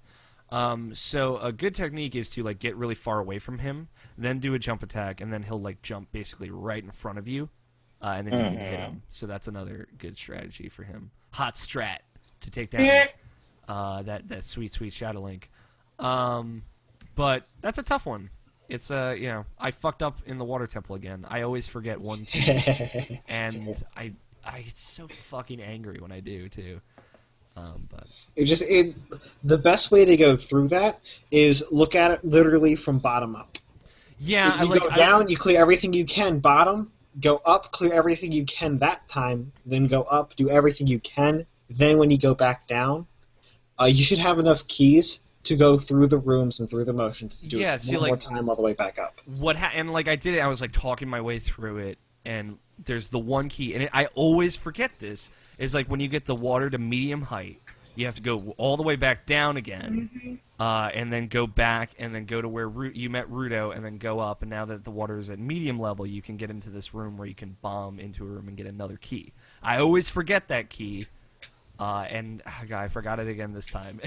And there's like 20 minutes in the playthrough. I'm like, God, fuck, I can't believe I forgot that shit. God damn it! But I got through it.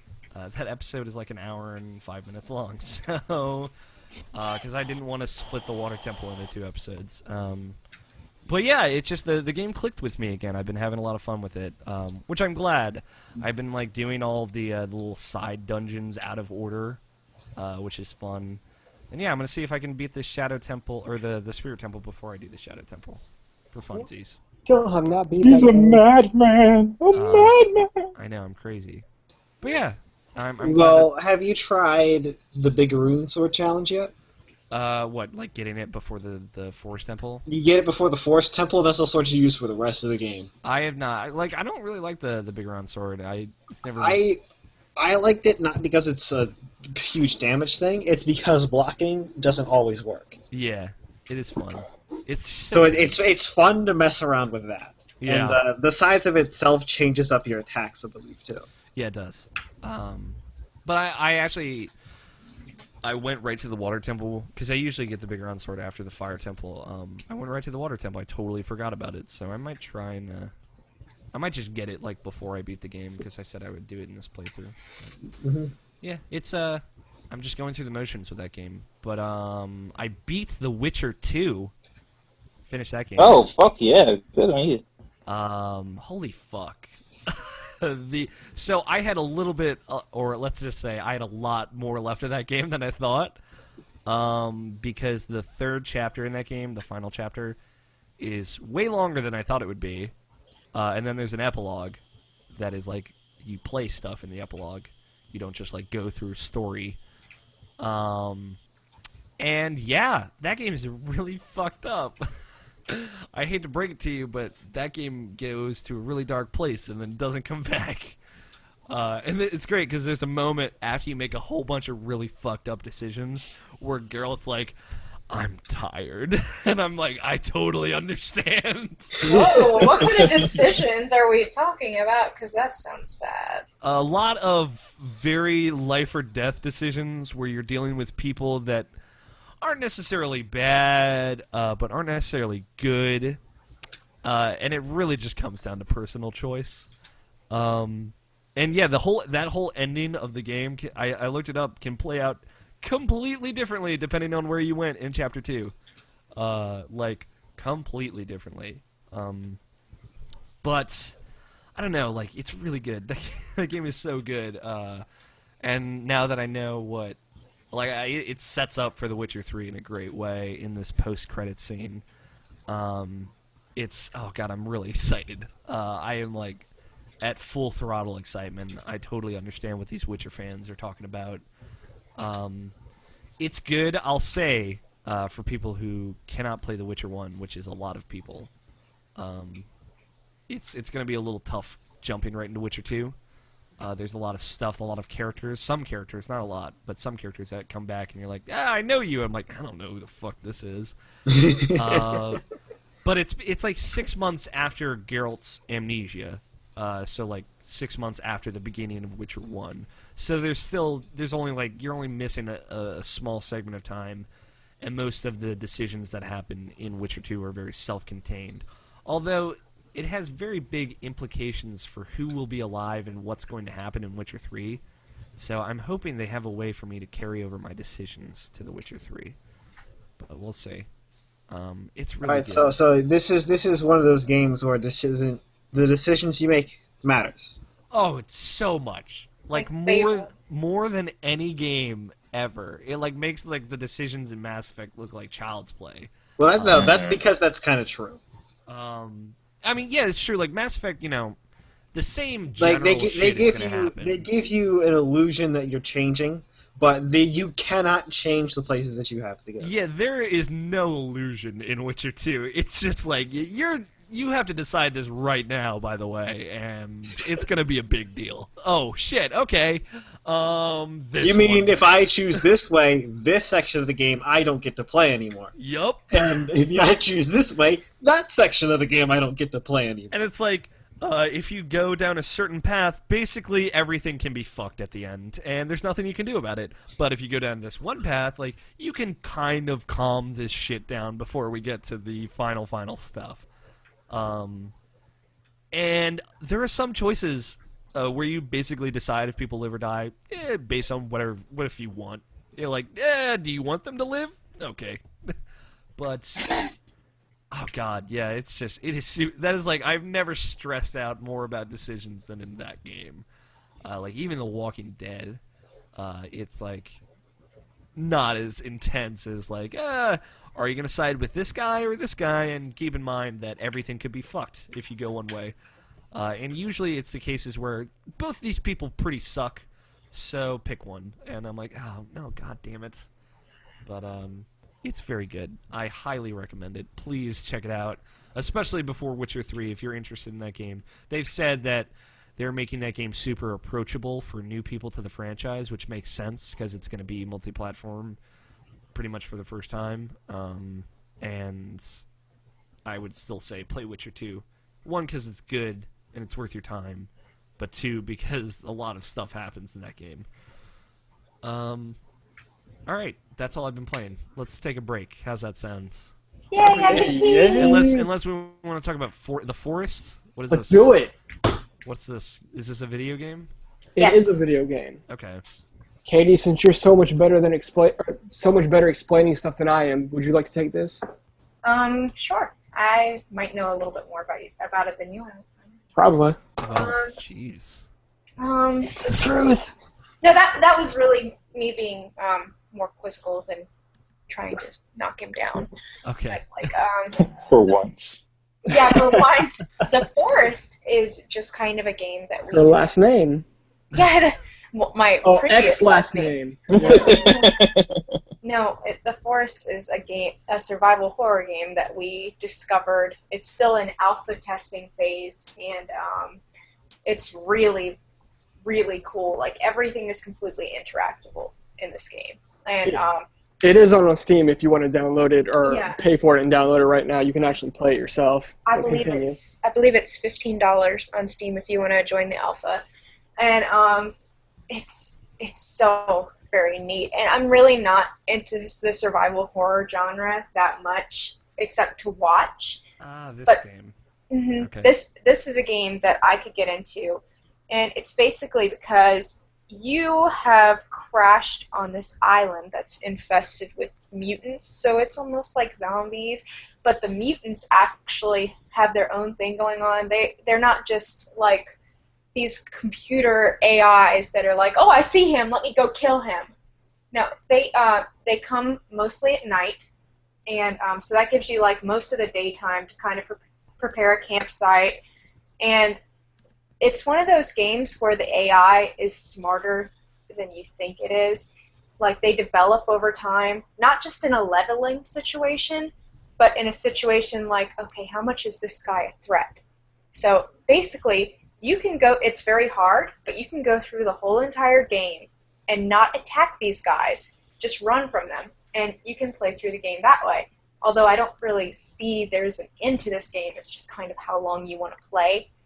But the basis of the game is to build up like this fortress, and you actually have to chop down trees and forage for parts. And you start out, your character needs to eat, your character needs to have shelter, and all those things. So basic needs are a necessity in this game, and you have to go and find all of these things while avoiding these guys, because of course at the beginning of the game, the only thing that you have is an axe that you can take off your wrecked plane. That's it. So that's all you start with. And I think it's like a pickaxe, too. It's not even like an axe. And you have to build a campfire and a small shelter. And then you kind of have to last through the first night. And this isn't one of those games. I don't think it's one of those games that stops and has cutscenes. It's basically you keep playing. It's almost like a tycoon game where you're like constantly finding new things to build and all that, new recipes and all kinds of stuff like that. And I guess that's probably why it appeals to me so much. But you can also like just taking it a step further, like Katie was saying, like you have to actually forage for your food. Mm-hmm. You actually have to cook the food to a certain temperature. You have to leave it cooking for a certain amount of time, or your character will get sick. Yeah. And like depending on which type of food it is, like if it's a fish or if it's a let's say a sheep or a squirrel, yeah, exactly. You have to cook it for a certain amount of time so that meat becomes edible before your character can actually eat it without getting sick. Mm-hmm. And you have to, like Oscar said earlier, you can actually play the entire game without the AI actually even knowing you exist. Mm-hmm. Like if you chop down too many trees, or you kill too many animals, or you do something too much, the enemies will actually know you're there, and they'll come and try to fight. At first, they'll just kind of look at you like, what is this person doing? And the more you do it, the more of a threat they'll see you, and they'll actually attack you somewhere down the road. But if you limit how much you chop down, how many trees you chop down, or how much you hunt, or how much you do whatever, you can go the entire game without even seeing one of these computer AIs. Yeah, it's one of those games also that doesn't have any music. And, any horror game that doesn't have anything to take your mind off of the fact that you're probably more than likely being hunted is something that's going to freak you the fuck out. Like, where are they?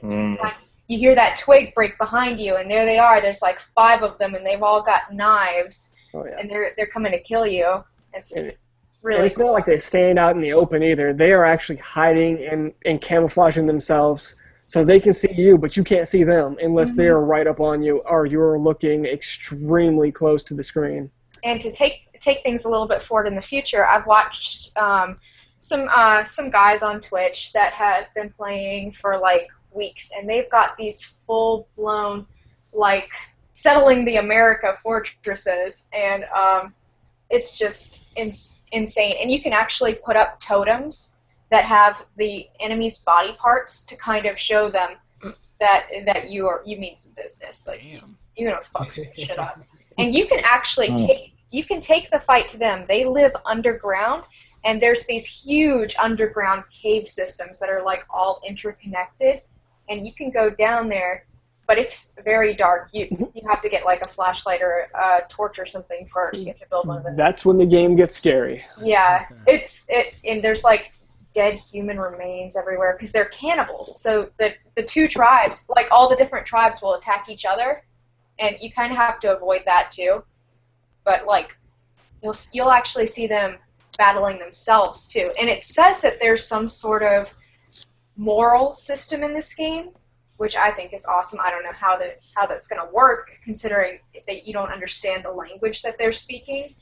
But I think there's kids. They have like children too, right, Mark?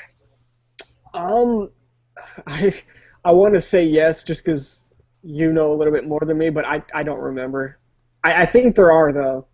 And you can like build boats and stuff, which I don't know how you're gonna do that on like an abandoned island. I guess you forage stuff from your plane wreck, but you like build.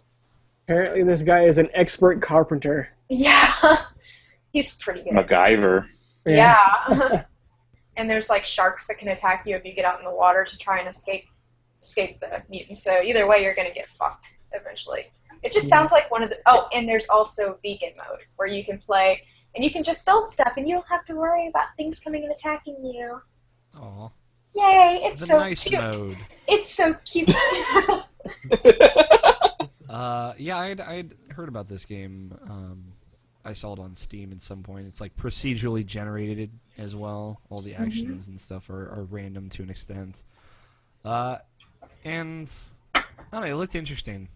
Procedurally generated survival horror is like what they're trying to sell it as. And the last game that tried to do that was Daylight, and that didn't really work out for that game, unfortunately. Well, this one looks awesome. Yeah.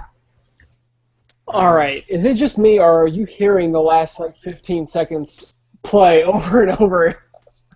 I think it's just you. I think it's just I think you. that's just you. Oh, It's Jesus. definitely just you. We actually did get a comment from Harold, and he said, I agree with Mark. Sunshine is not good, just to put it out there Aw. from a few minutes ago. We respect your opinion. Not. Yes, I respect your opinion, Harold, but I disagree.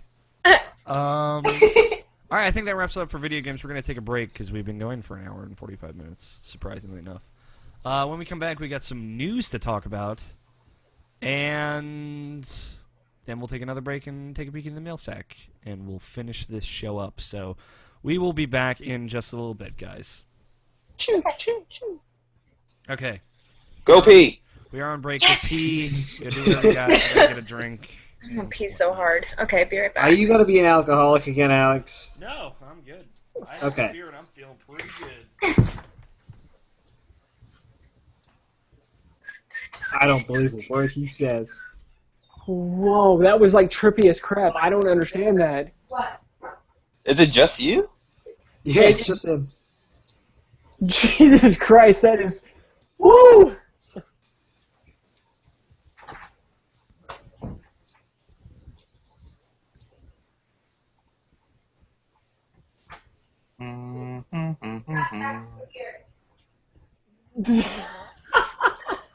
What? Oh, Jesus.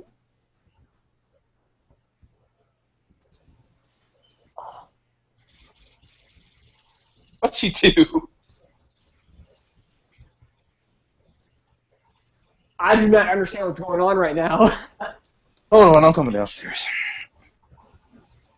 Yep. I'm gonna go get something, eat, drink, something like that. I haven't had dinner yet.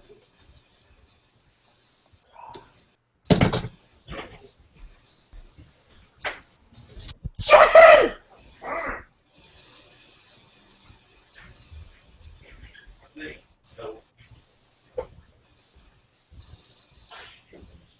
I still hear you talking. It's trippy as shit. You're watching at the same time. Oh, is that what it is? Yes. Oh, I didn't refresh that, though. You are a genius, Jackson. Oh, I need to stop drinking. Jesus. You good? Yeah. Whew.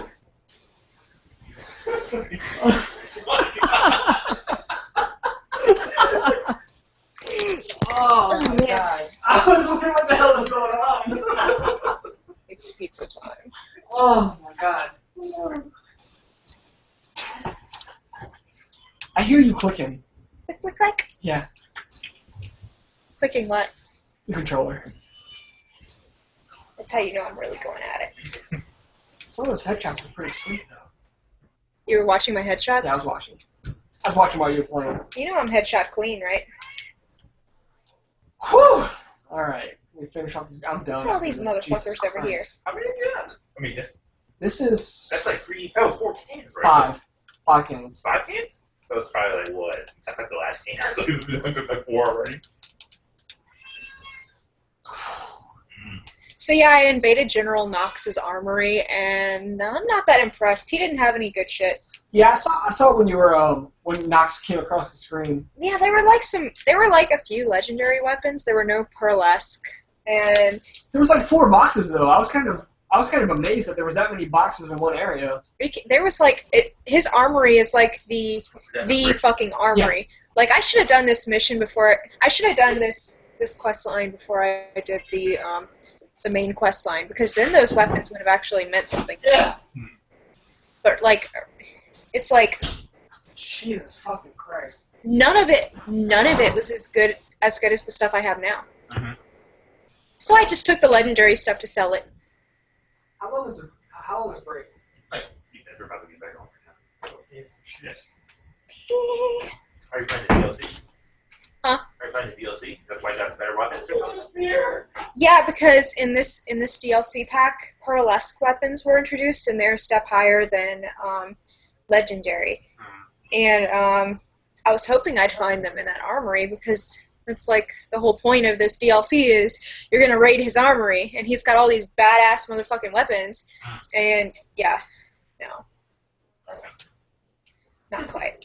He had some legendary weapons that would have been freaking awesome if I wasn't totally above them.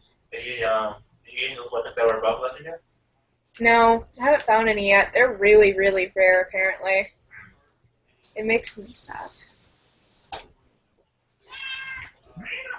Is that Tigger? That is Tigger. Tigger! It's like a shame. He's so loud.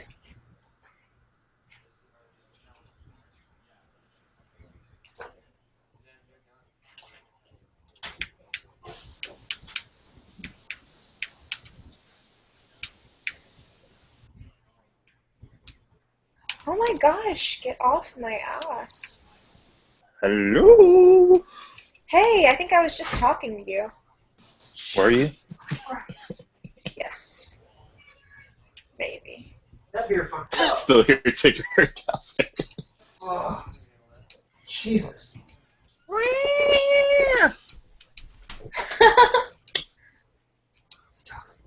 Talking to Jackson. Kiss. You want a kiss? Yes. You better earn it. Kiss me! What the fuck did I just come back to? Yeah, we're still recording. I'm just gonna put that in. Whatever that was is the pre-show roll. That'll be the I can't hear what's going on!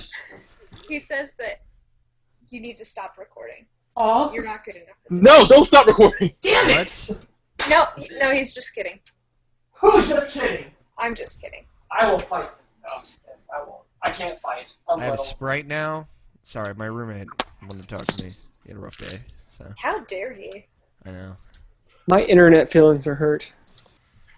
It's okay. I'm ready to go. Scott, are you here? Oh, I'll take it as a no. I guess so. Scotty, would you like some sausage? don't get me started. Do it. You know, I heard him on another podcast the other day. He was cheating on you guys. He was. You know, he's not that interesting to listen to. God, what's his name? Scott? No. Well, that's what you made it sound Tom like. Green. Tom Green was on another podcast. Tom With that Green. name. Tom Oh, Green. I thought you were talking about Scott. I was Daddy, like, would you like some sausage? Yeah, you know, that guy. He's not that interesting to listen to. See, I didn't know who said that. I just know that you like to say that, and you got Oh, me yeah. liking. That gets stuck in your head, and then you put Would you, everybody's Kitty, name would you, to it. Kitty, would you, Kitty, would you, Kitty, would you like some sausage? Yes. Oh. Gross. This is, people are listening to this, baby. Good for them. What, can what was charge. what was the subject that you wanted to tell me about, Katie, that you thought of? Or do you want to save it for when we're in the show? We can save it for in the show. I know you're going to get enthusiastic. Okay, I'm excited. Let me I'm get a excited cord. too. I'll be right back. I want to be, Scotty, would you like some sausage? Sausage. Yeah. It's, Katie, would you, Katie, would you, Katie, would you, Katie, would you? This is what makes this relationship work. Obviously. I say things that are slightly amusing sometimes. Yes. Right when she thinks she's going to divorce me, she remembers that I'm funny sometimes. Sometimes. She's like, oh yeah, I think I I like am you. back. Welcome back, Scott. Welcome back. Yeah. All right, now do we want to editorialize on some of this news right here? I don't think Some of the things could just be saying when we're in this, we move on. Casey, it's not really something to really talk about or discuss. I'd like to glaze over some stuff in a few words. I don't know if this PlayStation Plus stuff is too important. You could mention it, and then we could move on. That could work. Yes. Yeah, we could just run It through was- the list if you want. Yeah, that's all we really wanted to do. Is like this. It's like something that seems like something we should do like monthly, just saying like, hey, this is what's new, just in case you didn't know. Like, Gray didn't know that Crisis 3 was free, so he was like, oh wow, really? I'm like, yeah, you dumbass, you got PlayStation Plus, use it. Yeah, All right, I was actually thinking about getting that because it's like a 6-hour campaign, so I figured I could blow through. I really like Crisis 2, so I don't want to be I've been a dumb. fan of the idea of reading the title of the news story and moving on forever. If you I don't think this Hyrule Warrior stuff is necessary. Really? Yeah, I mean like Ganondorf and Girahim are playable. Like Oh, are they? I didn't know that. mentionable. I didn't. like is it? It's nice to mention. You just say, Like I said, these are the mentions. Ganondorf, there are 3 new playable characters. How the hell did this not Venus show was up the on my newsfeed? Like, that's all you gotta I do, sent man. it to you on Facebook this morning, No. even. You know, I didn't look at that yet. I agree. Talk to it in passing. Okay, we'll brush through a lot of this news. I guess. Yep. Just brush through it, man. You don't have to go in deep, fucking in depth on everything. You don't have to be new with everything out. I think that I like to keep in the news topics that we can sit back and discuss. I think they're quality entertainment. In my humble opinion, but like who the fuck cares about what I Well, think? where's Call of Duty Advanced Nobody. Modern Warfare? Nobody. Oh my gosh. Yeah, where's Advanced Warfare, guys? Yeah, exactly. That should be number 1 on the list. Come on, guys. You saw that Modern War, that multiplayer trailers. Oh, don't even get me started. Just Oh, stop. I haven't watched that yet. No, I don't. haven't watched it either, honestly. Don't watch it. It's got Kevin Spacey, kind of. But he's not Love Kevin Bacon now, is he? Spacey. I Is did he in the too. multiplayer? Oh, he Scott, might be voiced just over, like but I Kevin don't know. Bacon. But that multiplayer looks so stupid. I love Kevin Spacey. Don't I get Put me that out wrong. there. I'm gonna buy it. That could be a discussion topic. Yeah, and how amazing Kevin Spacey is in House of Cards. And how sexy he is. Hey, Old guy. I'm right here. He is And pretty sexy. agree with me. I will. I don't know if this is spoilers. Is anyone here gonna watch House of Cards? No. No. No. Kevin Spacey has like a hardcore devil 3-way in House of Cards. God, really? Spoilers, man. Come on. Like there's a scene where he walks in his dining room, and like his like head of security is sitting with his wife, and then his wife starts making out with his head of security, and then Kevin Spacey starts making out with his head of security, and then like it cuts to a scene where all of their clothes are off, and I'm like, what is happening? Well, damn. You know what's happening. What's Accept it. happening? It was just alarming. That Very- escalated quickly. Aww. So In a that, very that head arousing of way. security is male? Yes, Kevin And- Spacey doesn't discriminate. Kevin Okay. Spacey didn't give a fuck. He had his southern accent all up in that. Anyway, I don't know how I feel about Kevin Spacey with a southern accent. that is all of House of Cards. It's probably hot. He does it so fucking well. I tell you, it's not Game of Thrones. Whatever. Yeah, there you go. It's not Game Love of Thrones. Game of Thrones. I enjoy Game of Thrones. How about that? Moving on. Moving on. Well, are you a book guy? No. Yeah, you'd probably enjoy it more. Well, we will get along just fine then.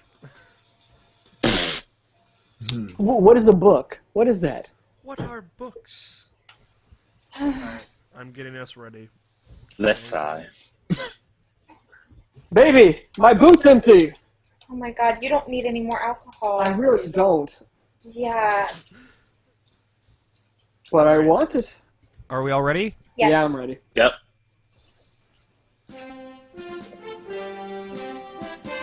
News in gaming. That was weird. Anyway, let's talk about some news, guys. Oh, it's weird for you now? Yeah, no, it was. Did you hear the skip? Yeah. That was weird. I heard the skip. I thought you talked about the news thing in general. No, I like the news thing in general. I made that when I was 17.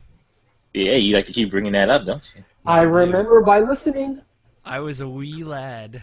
Let's talk about some news, guys. It was Nobishin- seriously like 5 years ago, though. Yeah, God, oh my God, we've been doing this for 4 years. My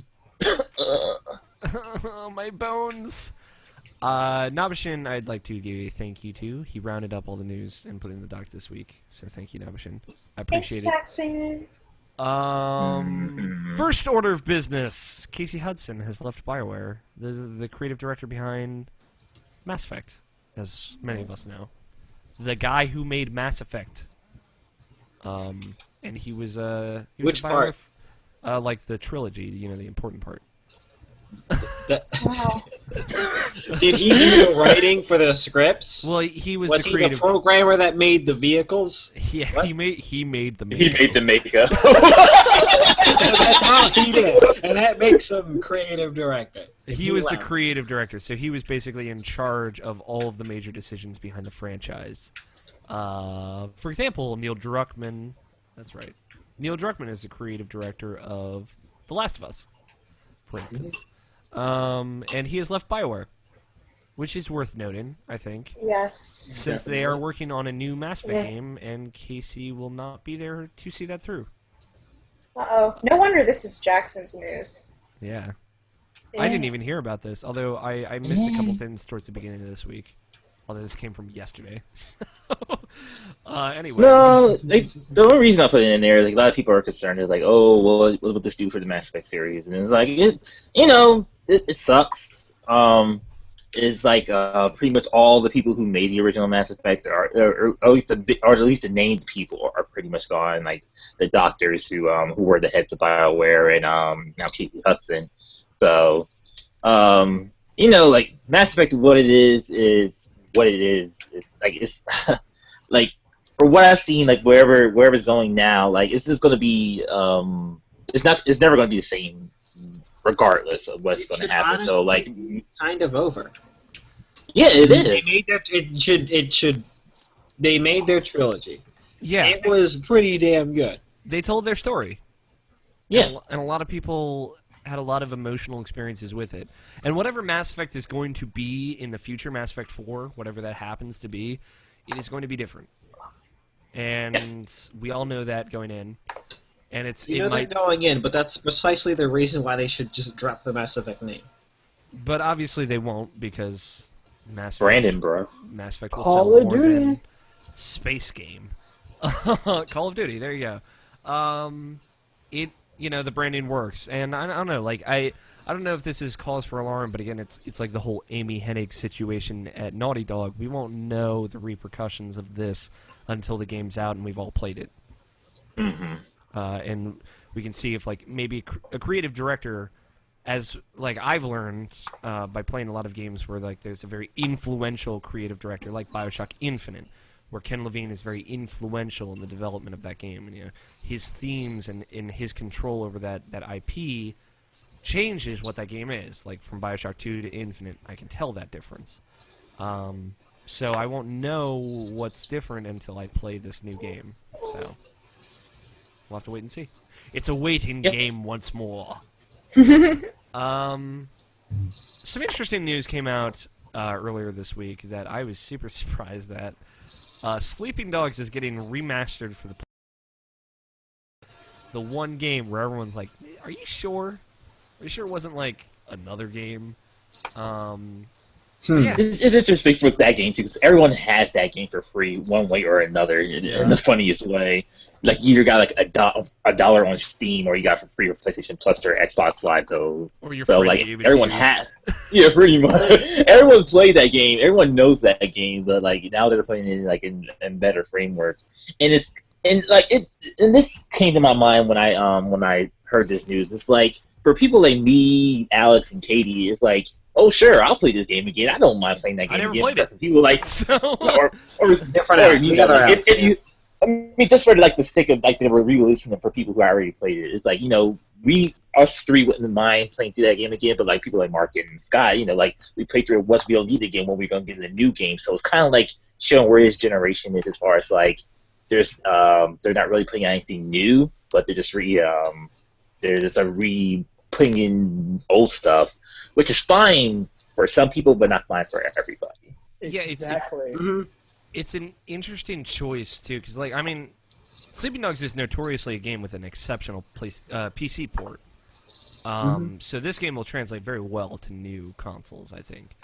And I haven't played it yet. I've like played like the first 30 minutes of it or something. Yeah. And I actually thinking about it now, like because everyone's told me I would really like it, including you, Nomshin. I've been thinking maybe I can play it. I wouldn't say really. Yeah. But it's a game that's worth your time. I'd say that. Okay. Like this is actually like a really it's a game I didn't think I of. say it's more. I say it's more of a game for you than Watch Dogs is. It's a better game than Watch Dogs, but Yes. See, that's a shame because from what I played, when I played the demo, I didn't like the game at all. I wasn't feeling it. Well, Watch Dogs, just watching it. I mean, I haven't played it yet, but watching it, I want to play it. Nah, skip over it, man. Play Sleeping Dogs again instead. Yeah, that game was that game. Watch Dogs is interesting for a solid hour and a half. And then it's just like, oh, this is what this is. This is like a PS3 game. And then I was done with it. It's funny, like earlier this week, I'm like, I should really fucking finish Watch Dogs. And I will at some point, but it's going to be like when I'm really desperate. And I'm not desperate right now. Yeah, especially not because you got that Bravely Default. You got Yeah, exactly. Like once Bravely Default's behind me, then I'll go back to Watch Dogs. So never. It's Sleeping Dogs it's an interesting choice. Like I wonder, maybe like the Tomb Raider Definitive Edition, because Square Enix is publishing this. Maybe like Tomb Raider did really well for Square Enix, so they're just like, oh fuck it, we don't have anything coming out this fall. Sleeping Dogs, just make it. I don't know. It's an odd choice, I think, but yeah. In other HD remake terms, Resident Evil remastered is coming in 2015. the remake. Get it? God, The remake. die. The remake. Remake. Ah! Don't laugh at us, Scott. It's the cringe laugh. It's the fact that he made that joke is making me laugh. I'm Not just the joke itself. cringing over here. So Resident Evil 1 OG. I believe the GameCube remake of Resident Evil 1 is being remade for PlayStation 3, Xbox 360, as well as new hotness, PS4 and Xbox One and PC. In 1080p, I don't know. But this isn't like we're just gonna up-res the super blocky people from Resident Evil GameCube. We're actually gonna make entirely new textures and stuff for it. So it might be pretty hot. Yeah, that. And also the control scheme. Yeah. Okay. So I didn't hear about that. So that. I was actually wondering, tank controls. I've never played Resident Evil 1. Apparently, that GameCube remake is fucking awesome. Yeah, So, it is pretty good. Yeah. Although I'm a huge fan of those tank controls for those kinds of games. Me too. I'm hoping that they'll keep the gist of tank controls still in the game. Maybe there'll be multiple control schemes. I think that's the best balance of everything. But if I had to guess, they're probably gonna make it play like Resident Evil 4 and 5. That doesn't. They'd have to make it work for that game. They could definitely do it, but they'd have to, make it work. Yeah. It's not something that they can just go ahead and say, okay, yeah, here's this for nostalgia purposes. They'd have to change things to make it work. So is anyone excited for this? Excited? No. Yeah, I'm not. Interesting. I'm like, yeah, same here. Like, I'll definitely get it because I love the first. Well, that's the thing. Like, the PS1 version of Resident Evil is still my favorite just because of how stupid and campy it is. That's the reason I love that one. And I never really played. Well, I played the GameCube one, but I never really finished it. I would get it just to get it, but All right, here you go, Scott. At the bottom of this Silicon Era article, it says Resident Evil remake you'll be able to play it at 4:3 square ratio or 16:8 widescreen, not 16:9. So it'll be letterboxed widescreen, which is weird. Like beyond two souls for your reference, for other people's reference. It has two control schemes: classic Resident Evil controls and alternative scheme, where characters move directly with the analog stick. So there you go. Yeah. It's coming in 2015. Okay, so the game will definitely be that much easier with the what is it called? New controls. The new controls. Well, at least the aiming and stuff like that will be. But fuck that. Hardcore all the way. But yeah, it was made for that control. It's not that the control scheme was particularly good, but the game was centered around it. So the game itself made it work. It's part of the experience, man. Yeah. I don't know. I might play that. If it's like I imagine that would be like downloadable, right? You think they'll put that out at retail? They'll put that out on retail, dude. You know they will. That's true. It's Capcom. In other news, what's this about BioShock being iPhone, iPad? No, I don't know about this. Oh, come on. BioShock is coming to iPhone and iPad. That's literally the move. That's literally it.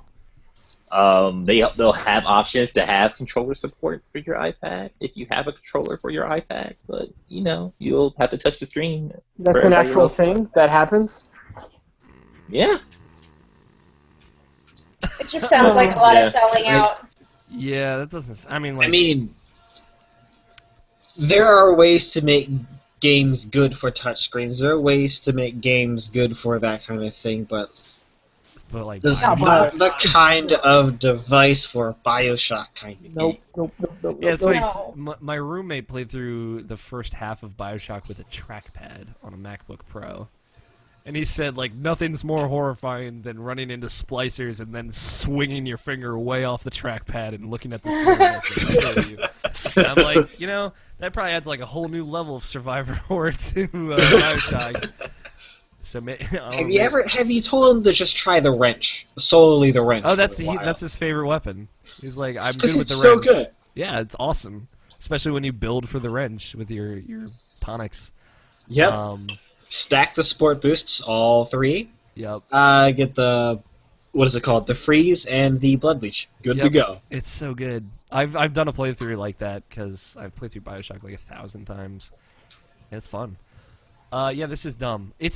But like, here's the thing. Like, after watching again, my experience with the Double Fine Adventure documentary has opened me up to these things. Like, there's a part in the documentary where they're like, well, we need more money, as I'm sure everyone knows because they started selling the first half of that game without the second half of that game. But there's a part where, like, Tim Schafer's explaining, like, our money guy, like our financial department guy is really good because he knows how to open up revenue streams that we would have never thought of. And their example was they ported Brutal Legend to the PC, and they started selling it there to just bring in some revenue.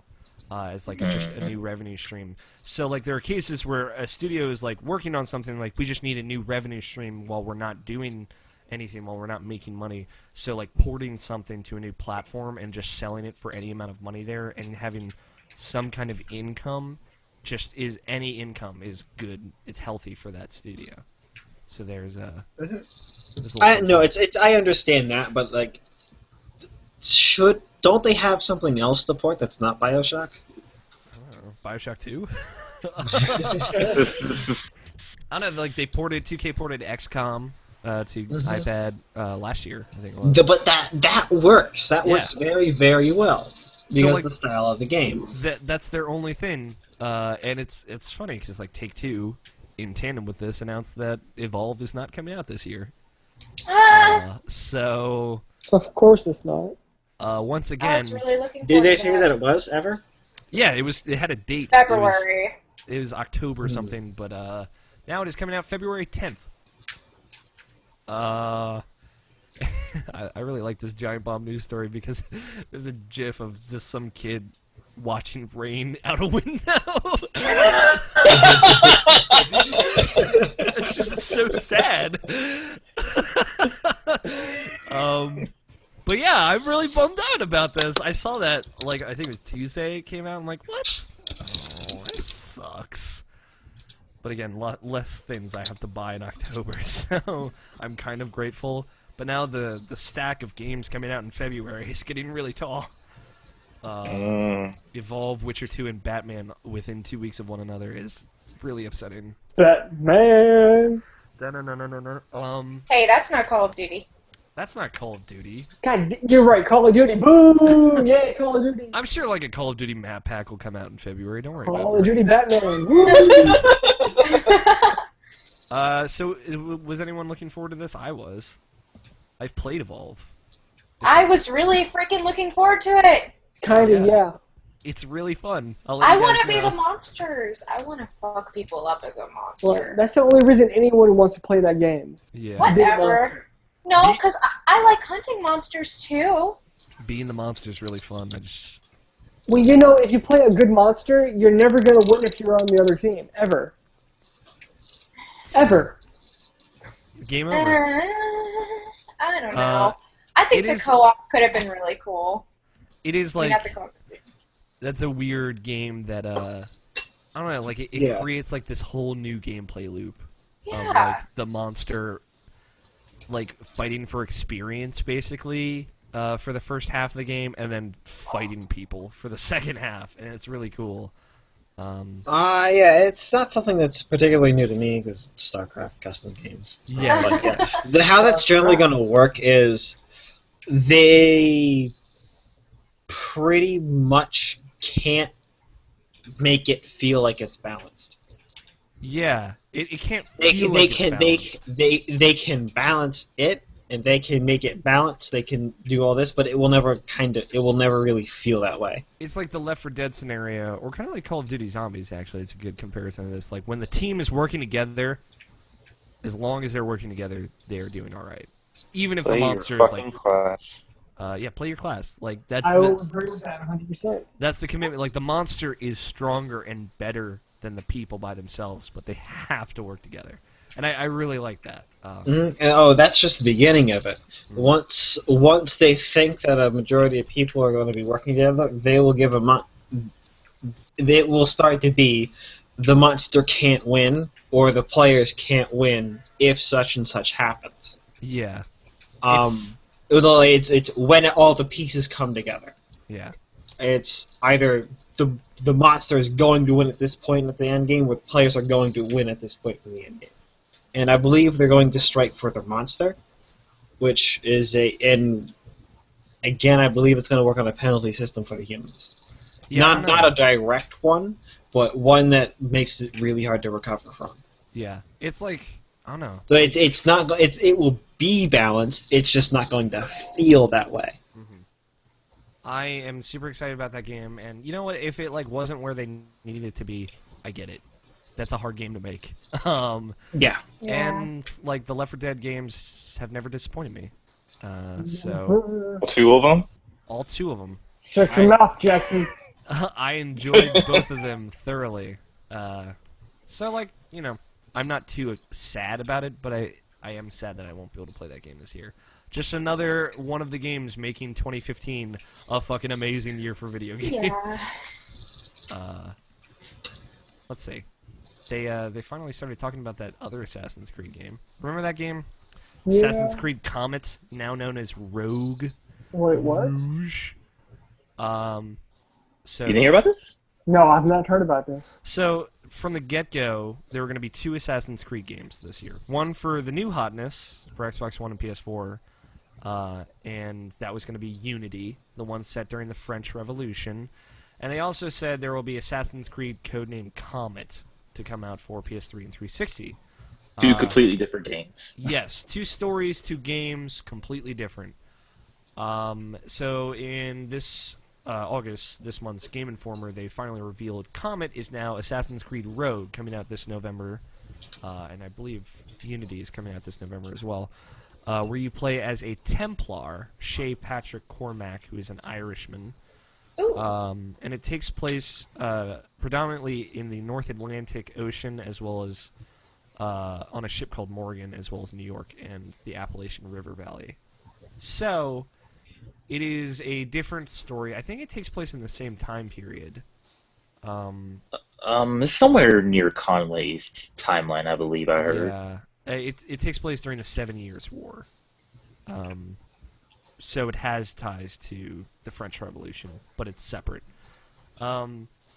It is a single-player only game that will also focus predominantly on ship-based combat, like Assassin's Creed 4. Ooh, I can still sing shanties. And so it's going to be completely separate. It seems like a pretty good compromise for people who really liked 4. Yes. PS3 360 game is coming out. It's not going to look as good as Unity. May not play as well, but it is the ship-based Assassin's Creed game for you. Obviously, Greg's not going to buy it because it's not on PS4, so there you go. I'll just put it out there. I'm sure you would come to that conclusion as well, Nabashin. So, Because he had said, I believe it was earlier this year, he's like, I just don't really want to play anything that's not on PS4. I mean, he did say that, but he also said he was disappointed in Unity because it doesn't have ship combat. Yeah. Well, at the same time, if they go ahead and they pull the Dark Souls 2 and they allow you to play with the PS4 controller, I don't think he's going to mind as much. Pretty much, there's a way to circumvent it and make every game on PS3 play with the PS4 controller now. So. Oh, cool. I doubt he's going to do the work for it, though. No. No, he's great. I don't know, this game sounds pretty good. I watched the trailer for it. It looks good. I'm still way more excited about Unity, and that is way more interesting, but I'm not going to touch this, but... Sure, like play your bigoted, sexist game. Yeah, you know. I need my hot, no female protagonist games. Oh, but there's a female Templar, and she's the love interest. It's Romeo and Juliet all over. I don't fucking care. I don't know. Shoot her with a pistol. Shoot her with a pistol. Comes out. Oh, damn. Comes out this November. What do you guys got against females, man? I have nothing against Well, females. no, it's anything Romeo and Juliet. Somebody needs to die and get pistol. I Yeah. love you, baby. If there are no pistols, it's a sad day for that universe. Yeah. Fair enough. Fair enough. That's actually how Romeo and Juliet ends. They shoot the garden gnome with a pistol, and then he explodes into porcelain pieces. Oh, now I have to watch that movie. I wish that is how it ended. I have never seen that movie, but somebody please tell me I'm right about that. So, does anybody plan on buying 2 Assassin's Creed games this year? No. No. But this I game will wouldn't buy sell because one. there's still hundreds of thousands of people without, millions of people without PS4s who have PS3s, and etc. So, yes, it will sell. It's weird. Sure. And it's an Assassin's Creed game, so branding, bro. There was a Hyrule Warriors based Nintendo Direct on Monday. Will you please shut the hell up? Thank you. Are you a fan of Dynasty Warriors, Mark? I was until I played 1 or 2 of them, and then I was like, this game fucking sucks. I was, and then I played it. Yeah, exactly. I'm just teasing. What I'm trying to say is no. So it has lost favor with you. I don't know. There was a moment when I was watching this Nintendo Direct where I was like, oh shit, this game has a story. The whole time leading up to it, I was like, this game's just like, you just go into fields and fight shit. And like, that's actually what it is. But like, there's like cutscenes and stuff, and I was really surprised at that. Yeah, I didn't know about all that, so. Yeah, it was surprising. There was like, I don't know if there's voice acting. Probably not. It's probably all text. I think I saw Zelda's Link announcement, doesn't so I talk. think there's voice acting, but that Link who doesn't talk in that game. Yeah, like there are people like in the cutscenes because they were all muted cutscenes, but like there are people like talking and their lips are moving and whatnot. And yeah, there's like a full story to it where like Link starts off as like a Hyrule warrior. Excuse me for my incredible humor. Excuse me. He starts as like a knight. He signs up to protect Hyrule. And he's got the knight garb. He looks like a normal knight. So I thought that was cool.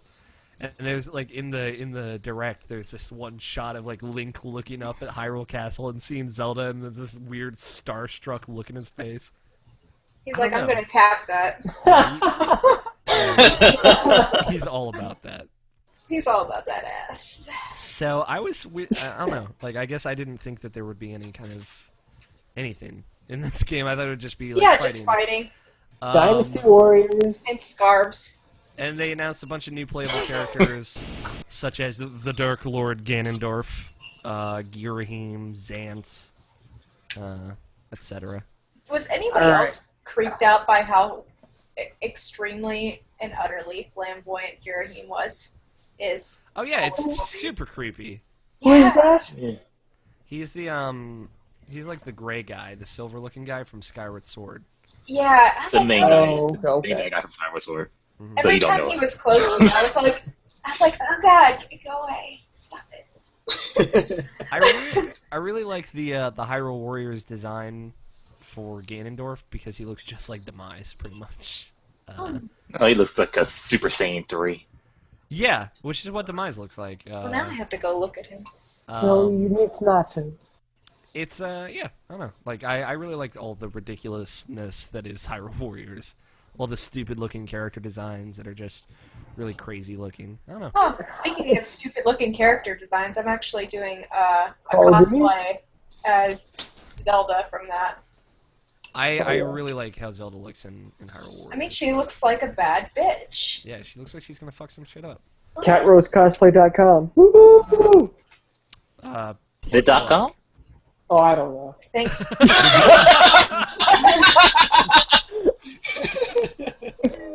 Thanks, personal promoter. That was Love great. you, baby.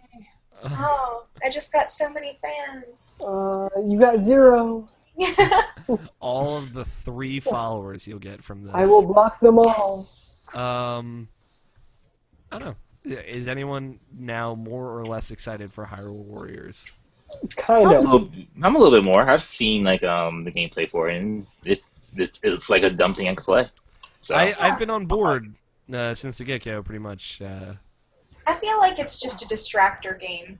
Like, Totally. Exactly. And Yeah. I'm okay with that.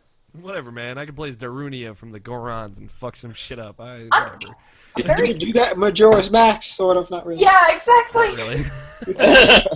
I thought Um, Dynasty Warriors was a great game until I actually played it.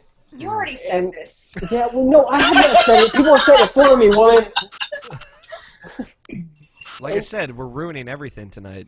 But I mean, it's Zelda, so why you can't not play it, right? Yeah. So you not play Skyward Sword. Yeah, watched, Mr. I didn't- I watched Steady play it. That's the same thing, right? No. Oh, shut up! Okay. Okay. Who else is really interested to see Rudo's fight style? Because Jackson? I mean, I know that it alluded to she could fight in the water temple, Super kind Smash of. Brothers. Yeah, sure. but I don't know. It was kind of a weird character to add for me. Don't get me wrong, she's hot for a fish bitch, but like, Oh, don't get me wrong. I mean, like, I don't she's know. got fins for days, if you know what I'm saying. Oh, too many boots. I don't know. They have a good. If you watch the Nintendo Direct, they have like a good segment showing off what she can do. She can turn the Yeah, they should ground show up. into water, and she can swim around and just like. So she can use surf. Yep. Figured it out. Damn Nintendo and their recycling. Mr. Bingo. Sky. Basically, Hyrule Warriors is Pokemon. They Yeah. also showed off this weird adventure mode thing where you're like working up a map that's similar to the original Legend of Zelda. That's terrible for me, man. That means I gotta skip on this one and then buy the next Pokemon game that comes out. God damn it. You gotta buy Hyrule Warriors Z that comes out next year. But like the adventure mode, you like move to like different little squares in the map, and then like there's a challenge that you have to fight in Hyrule Warriors on the map to clear it, and like you don't fight every square, and you're basically adventuring trying to clear this whole map. So it's like Soul Calibur 2 storyline. Yes, it is exactly. That is all I can think of when I looked at that. Yeah. I like that storyline. I did too. I know, I did too. I did. You know, a lot of people would have found that boring, but I Me? enjoyed it. And I played through it many a time. I played through it as Link and cheaped the fuck out. Oh my gosh, Link and the Razor Sword. Yeah, I know we're all talking about Soul Calibur, I'm keeping up, guys. Don't worry. but I totally just remembered, holy shit, Hearthstone. We'll continue this later. Continue Okay. with Soul Calibur. That's it. That's all for Soul Calibur. That's But, it. but man, the Bionic Yes. thing on Link. Come on now. Regening just- your health mid-fight? Yeah, you know, Yes. cheating. That's it for news. Namishin, do you want to read off all of the available PlayStation Plus and Xbox Live Gold freebies with this month? Sure, I put this here for Evan for him to be here, but he's not here, so whatever. We took but new for all- releases away from him, so you know, he left. Yeah, I was trying to get him into a clue so he could actually talk for once. You know, whatever. But for the talk once a month for August for PlayStation Plus, for PS4 you get Road Not Taken. You also get Fez, but if you get Fez for PS4, you also get the PS3 and Vita. on PS3, you get Crisis 3 and Proteus, and if you have Proteus on PS3, you get it for free on Vita. And on Vita, you have what's that? Metro? Yeah, Metro. Metro. And Metro. That's not Metro. Metrico. Excuse me. Metrico, like I said. Yes. Thank you. Sorry. I was There's just a listening. And you also get Dragon's Crown, and you also get that free for PS3 as well, which is weird because that's not technically cross-buy, but they're making it cross-buy for some. So yeah. Yeah. And for Xbox One, you get Crimson Dragon and Strike Suit Zero Director's Cut, and for 360, you get what's it, Motocross Madness and Dishonored. You should get Dishonored, Mark. I heard that's good. Wait, what is that? It's not Call of Duty. Yeah, I don't want to play it then. It's kind of like Dishonored is great. I like it's kind of like the first BioShock. That's what a lot of people compare that to. Oh, okay. Scott is right. It is a great game. Second part of the month, though. Or is that the first part? I think that's the second part, actually. Yeah. Okay, cool. Yeah, Xbox is weird. I can't ever catch it. It's weird. It's like from the 1st to the 15th you can get a game, then from the 16th to the end of the month you can get a different one. I would like to say Harold highly recommends Road Not Taken. It was his game of PAX East 2014. And now that he's gotten his hands on the full build, he continues to say it is fantastic. I have not been able to play it yet. I've downloaded it, and I will try and get to it this weekend, but we shall see. But that's it. We're going to take another break, actually. And when we come back, we will round it out with some emails and then end this show. End this once and for all. So we will be back in just a little bit, guys. Choo, choo, choo. All right, so Again, are we good to power through this one? I'm good. If you have to urinate... I'm good. Or get another drink, or... No more drinks. Call your mom on your phone and be like, I'm sorry. Mom, I'm on TV. Not really. No. Not yet. Interwebs. Next week we'll be on the internet. Harold suggests the title for this episode should be episode 190, That's Not Call of Duty. There you go, Mom. I'm loving it. There's your representation. Many boots. You have been accounted for. All right, I think I'll be good for the rest of the show. All right. Mark and Katie, are you guys gonna dip out before Core Talk? Yeah, I'll listen. I have nothing to contribute because I don't watch Korra, but I'll listen. I watched Avatar. I can talk about it. Exactly. Yeah. Not really. I'll just listen patiently.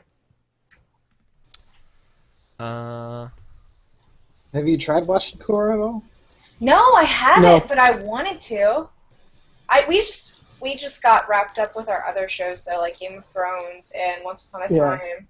Mhm. And Oh yeah, Once Upon a Time hotness, yeah. yeah, I'll buy the you know. Blu-ray, so we'll watch it together. Yeah, that sounds like a good deal. Season 1, Season 2. It's good shit. It is good shit. Too many boots. Give me a second. Well, I loved Avatar, but like from my other friends that watch Korra, they've been saying that the last couple episodes have been kind of disappointing. Are they just being overly critical? I think Season 2 is super disappointing.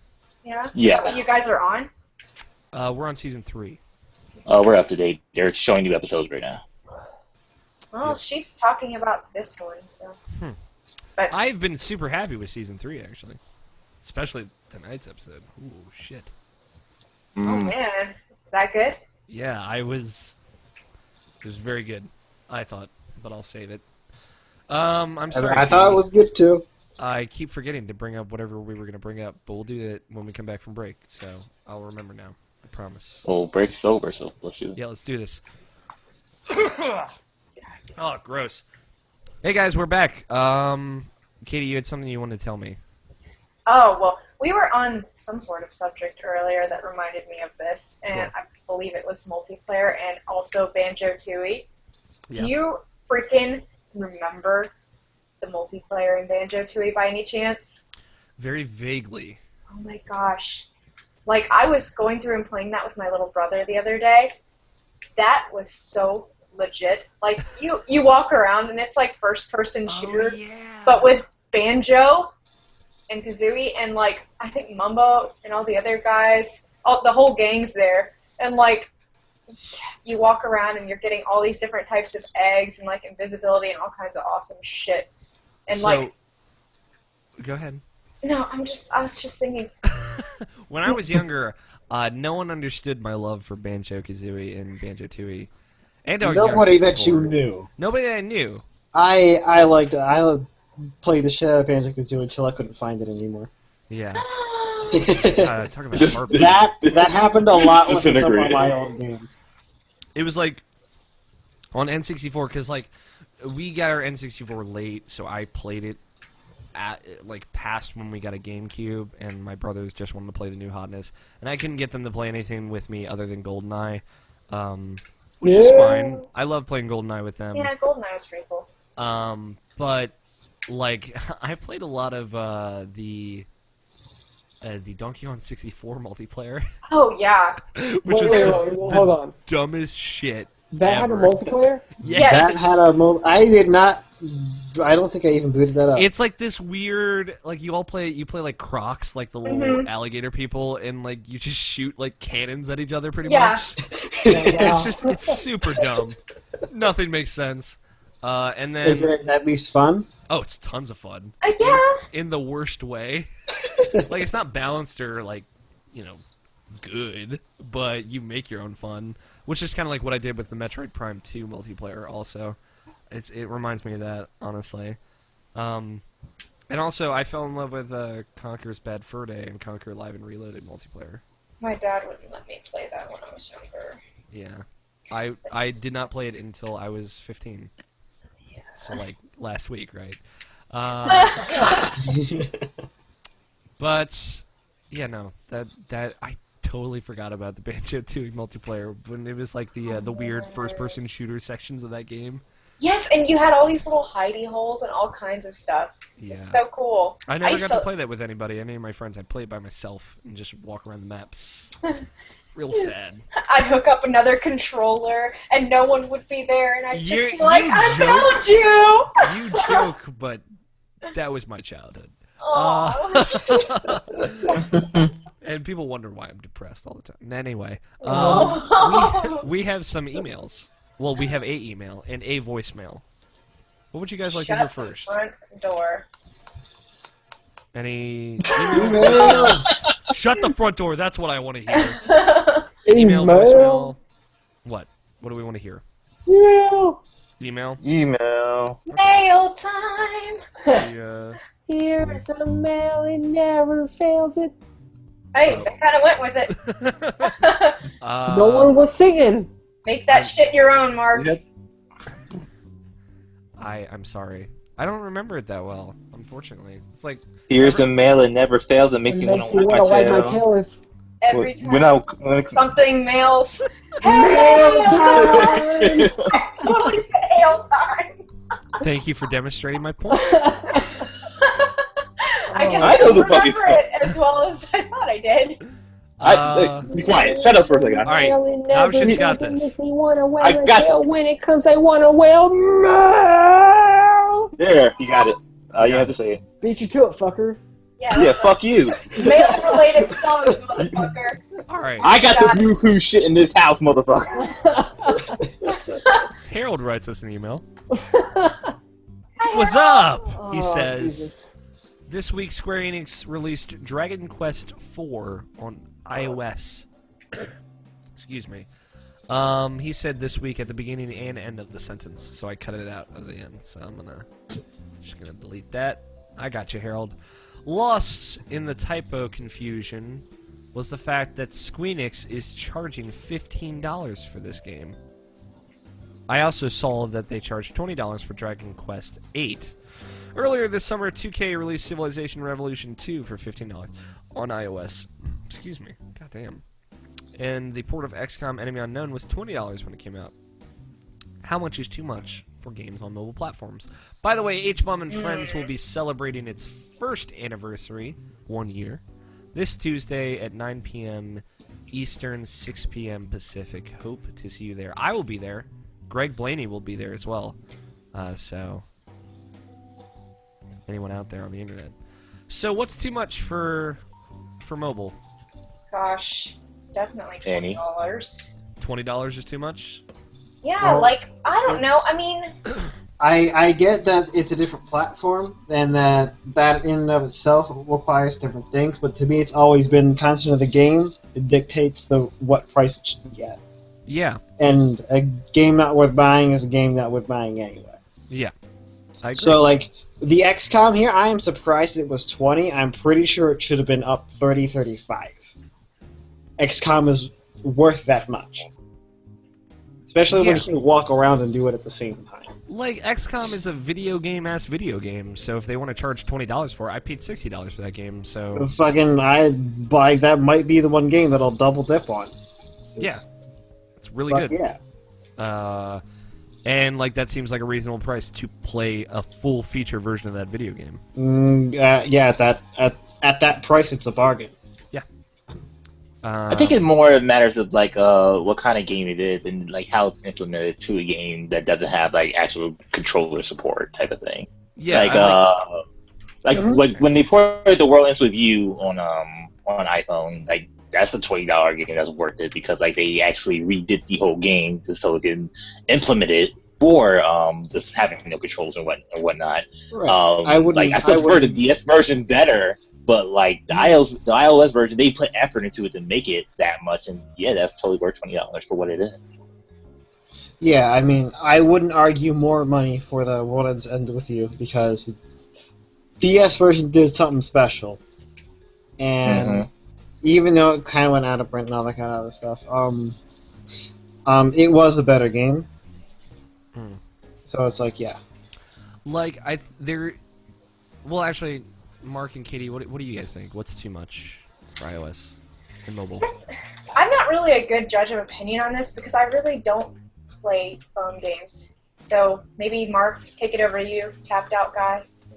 No, I'm with Katie. I'm not really a good judge of this because I'm cheap, and for some reason, there's some part of my brain that when it comes to iOS and like iPhone games, that if it's not 99 cents or free, I'm not playing it. Yeah. I'm not going to spend $5, $10, $15, $20 on a game that I have to tap on a screen or tilt the phone to play. That's just not fun to me. But that same game, if it's on Xbox, I'll spend $60 and buy the full game because it's controller support. So I think what we have to keep in mind here, and it's kind of frustrating, I think, especially for developers, that there's a psychology to the market here, and like there's a psychology to every market, like because the pool of people who have iPhones and Android phones is so humongous that like, and those people, like sales show that free games or 99 cents games just sell more because people buy it without thinking about it. So that seeing like a $20 price tag on a mobile game is like, people think of that as like a paradox. Like you shouldn't be paying full price for a game on a mobile. Exactly. But even though it might be worth it. Yeah, at the end of the day, like the reality of the situation is it's a video game and somebody put a lot of effort into it and they can sell it at whatever price they want as long as it lives up to that value. Exactly. But the thing about here is within reason, games on the phone don't generally live up to the value. Yeah. Like of this $20 range. But like a big exception here is XCOM. That $20. I don't know if it's lower now, but $20 is pretty much a steal. Yeah, I mean, like but I also think that to an extent, like thinking like, well, mobile games don't live up to their price, is a stigma that's not always true. It's a stereotype, and I don't know, like you have to play to the psychology of that market and play to like, you know, you're selling to the lowest common denominator, kind of. So the cheaper you sell it, the more likely people will buy it and not think about it. But like if you were trying to put out a quality product and it took a lot of money to make it, you have to sell it to make a profit, unfortunately. All right, then my question to you is, then how much do you think the BioShock port was going to cost? Because they already called out and said it's going to be sold out at a premium price. So how much do you think it's going to sell? Premium price, I would say it would probably cap around $20. But like I'd say the ideal price for BioShock would be $7.99. See, I wouldn't even pay that. I know it's worth it. From playing Bioshock, I know the game's worth it. But I wouldn't pay that for an iOS game. Like, Yeah. 1Password, I love that app. That is my favorite app I've ever paid for in my life. But for the $30 or whatever it normally is, I wouldn't pay that. I bought it on sale for $3.99 or whatever the hell it was. And that's the only reason I bought it, because it was cheap. But if whatever the developer thought that they needed to charge for it to make building that app worth it, whatever that was, if it was over like $5, I wouldn't pay it because I thought that was too expensive. But that's just me being cheap. It might have been worth it, but it might have been worth it. But I think that's a perspective that a lot of people on phones take. Yeah. And because the market is so different, because you're used to seeing the top charts, Angry Birds, 99 cents. Yep. And Are free. that Ellen DeGeneres game, like $2.99. Even though they're garbage. Oh, the Ellen game's fun. But like you're used I don't know about that game. Yeah, but like you see the top charts and you see all the games are no more expensive than $3. And it's like those are the games people buy because they're like, oh, $3. Oh, I don't fucking care. Yeah, that's like a cookie, so I'll fucking buy it. It's whatever. And like enough people do that it tops the charts. It's more worth it, goddammit. So the games that are more expensive just aren't going to sell. They're not going to hit the top charts because people have to think about the decision. It's like the stock market. It's just a whole big psychology thing. And I don't know, like. Oh, I'm sorry. No, it's fine. Go ahead. If you heard Apple's last press conference about their new way they're building games with Metal, their new operating system or their new developer code for building games, that they can have the same graphics, the same frame rate, all that stuff as like the new generation games going on. They can have that same stuff for iOS games, and they're charging 99 cents or $5 or whatever they're charging. If it's not free or 99 cents, that's too much for me. Even though the same exact game, like literally frame rate, graphics, whatever it is on Xbox One, and they're charging that $50, $60, you won't pay that on iOS, but you'll pay that on 360 and won't even think twice about it. Just because it's the handheld of the operating system you're playing it on. Yeah.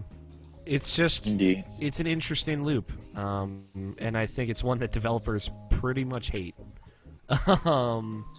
Especially like when shit like fucking Flappy Bird happens. So it's an interesting question. I don't think there's like a right answer for it, Harold. But thank you for asking it, regardless. That's all for emails, though. Let's jump into this voicemail. Can you guys fill air while I pull it out? Filling the air. Too many boobs! Sing your song, Katie. Huh?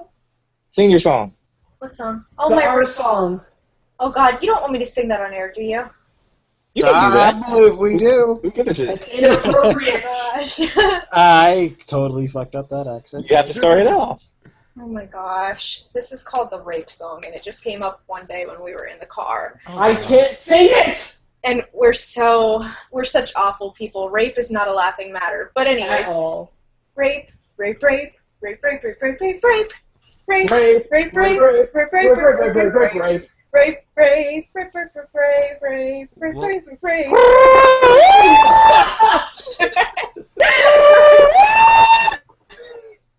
Jackson, you get me laughing every fucking time, and I know it's coming. Well, I think the waveform will at least be easy to find, so I know to cut all of this out. Yeah.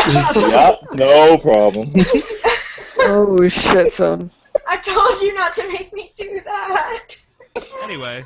It's like I'm How's it going, raping you. Irrational Passion Crew? So we are here. Survivor of Tropical Storm Bertha from last week. Yes, I survived the storm! Yay! Yeah, guys. It's only A lot 7 of rain, minutes a lot long. of wind. Thankfully, no winds. Power was knocked down. And yeah, nothing to say about that. It's still a long summer. God knows what other storms can come through here. So I will not jinx myself. I'm just going to keep quiet and just say, I survived this one. Hopefully the last. Accent. But I digress. Let's go through games, guys. It's Puerto Rican. Only game relevant this week. That's Space. I like it. First of all, Alex, Yeah. You said that it was not scary. I talked to you about it in Twitter. Mm-hmm. But I have to say, I don't know what Scooby-Doo snacks you ate before playing this game. This game put me in high tension for most of it, and 12 times from the 3 nights sitting that I played this game. I needed to just put the controller down. I was Again, I played it freaking with the another fuck person, so out. Yeah, I still get why it's more simplified, more actiony, mostly because of the mechanics and how they simplified it, especially for the weapons. The whole scavenging thing is kind of bullshit, I have Yep. to say. Final boss, kind of bullshit too. One of the worst final bosses ever I loved met in a video game in recent memory. And also, I just read about the whole DLC thing and the continuation after the ending, and I don't know, it felt stupid. Although that was the obvious route afterwards, but I don't know. It's sad that they would not made a fourth one. Even though if they could do it just on the PS3, it would be cost less for them. But we know that people wanted it on the PS4 and couldn't sell. That people wouldn't give two shits if they just put it in past gen, at least for at this point in time. So yeah, we will never know, I guess. But who knows too. But that's pretty much about games. Let's go to the tangent, guys. Okay. First of one, Twitch terms of service changes. oh First of all, you thought that was not gonna happen? I mean, with all the rumors about Google being in negotiations that they were gonna buy them, did you never thought that it was gonna happen? Man, you're a fool. Sorry if it offends you, but I mean, they're just laying out the ground, making it more appeasing. Since this is news and we didn't touch on it, for those who don't know, Twitch TV changed their terms of service. They have like a bot now that will find licensed music and things of that such, and basically mute those sections of streams and archive streams and everything. So For 30 minutes. For 30 minutes. Damn it, Jackson. So people are probably accurately interpreting this as like them kind of getting ahead of it before the possible Google buyout that might be coming. So Wait, I thought that was already official. I thought that was done. that is still up in the air. Oh, okay. But with this coming into play, I think it's pretty much done. It's a pretty safe bet that they're negotiating when they come to the end of the negotiations. Google will buy Twitch, and it'll be a done deal. That could only be a good thing, though. It's already not a good thing. I have not had a single good experience with Twitch. Every time I try to watch you guys before this day, when I tried to watch you on Twitch or whatever it was, lag. I got lagged out the first 10 seconds I ever tried to watch. Anytime I tried to watch Call of Duty, anytime I tried to watch Outlast, anytime I tried to watch anything, lag. And I hated it.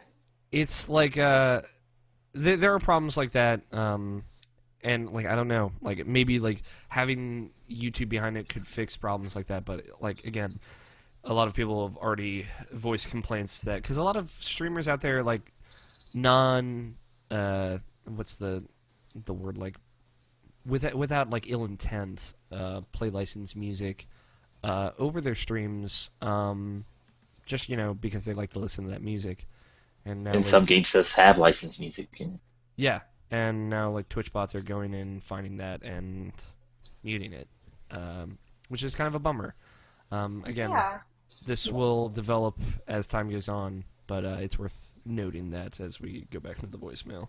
For Google to buy them at the end, if they don't do it now, Google will do it later, or at least enforce it. So I guess this is the best of two evils, or either you get all the videos shut down, or you just get muted.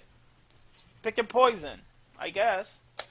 And when sharks smell blood in the water, they go to attack. I know Hitbox went and took the opportunity to try to take some of his streamers away, especially speedrunners. And you know what?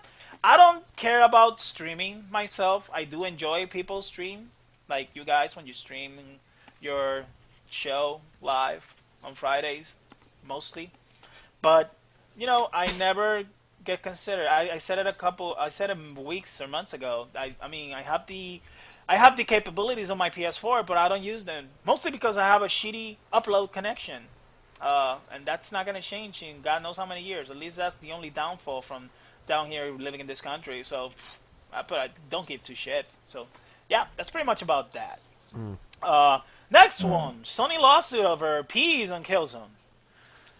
Wow, we fucked up, Okay. Nobshin. Let's just put No, this one one's not in the top even worth 10 talking of about. This What? one isn't, yeah, but dumb fuck of a person will do a lawsuit over something stupid. And that's pretty much about that. Seriously, Silver get PR a agrees. life. Whoever's did this lawsuit, Jesus, fuck. What is this over? Peas. Next thing, someone like sued. I believe it's about the resolution of Killzone Shadowfall. Yeah. They sued Sony that it didn't like live up to how it was advertised. Well, Similar to the Killzone 2 situation. No, this is more of they were advertised. It was advertised to be 1080p native, and then that wasn't necessarily the case. At least not at launch. They eventually patched it in. And it's like it wasn't it wasn't as advertised. So I'm suing you for like I think it's like $50,000, maybe something like that. Something ridiculous amount of money for it. So yeah. Yeah. So That it is- really destroyed someone's life. Yeah. It's probably not worth talking about. You're right, Nobshin. you know, people are gonna be suing the porn industry because I didn't got a hard on after watching that porn scene. Fuck. Jeez. But I digress about that. Persona 4, but not the game, the show. I just have to say, I get you guys. I really, really get you. All the jokes, all the references. Now I get it. Hopefully, when they show Persona 5, some of the characters from Persona 4 come through, because I don't know, they were great characters, at least on the show. And only thing I have to say is Rise and the King Orders are absolute. That was awesome. Now I get the whole reference. Silver PR Sorry watched about that. the animation. Let's never go played for the game last for one. your Let's reference, start with Nobshin. Guardians of the Galaxy. No spoilers, Play the just in game. case. I have to say Play the that, game. in my opinion, best Marvel movie by far. Better than Avengers, that it was considered for me the best one. Second will be Captain America. But now Guardians of the Galaxy trumped them both. Really? And I have to say, I will watch it again. It's fucking really Especially good. after, could be a good palate cleanser for this weekend because, yes, I'm going to bite the bullet. I'm going to see TMNT. But because my nephew's dragging me to it, seriously, you know, uncles have to give a little some love to their family members, especially Jackson their nephews. knows. They look up to you, Yep. and he wants to see it. He doesn't have the nostalgia attachment like most of us, so he doesn't give it two shits about the series, the origins. Although he saw the old movies, but he wants to see the new one because, you know, it's for him. He's 16 years old, and he wants to see it because it's for him. It's for his time. So, yeah, Alright. I'll let my feelings about that last week. And hopefully I'll watch Guardians of the Galaxy again after that.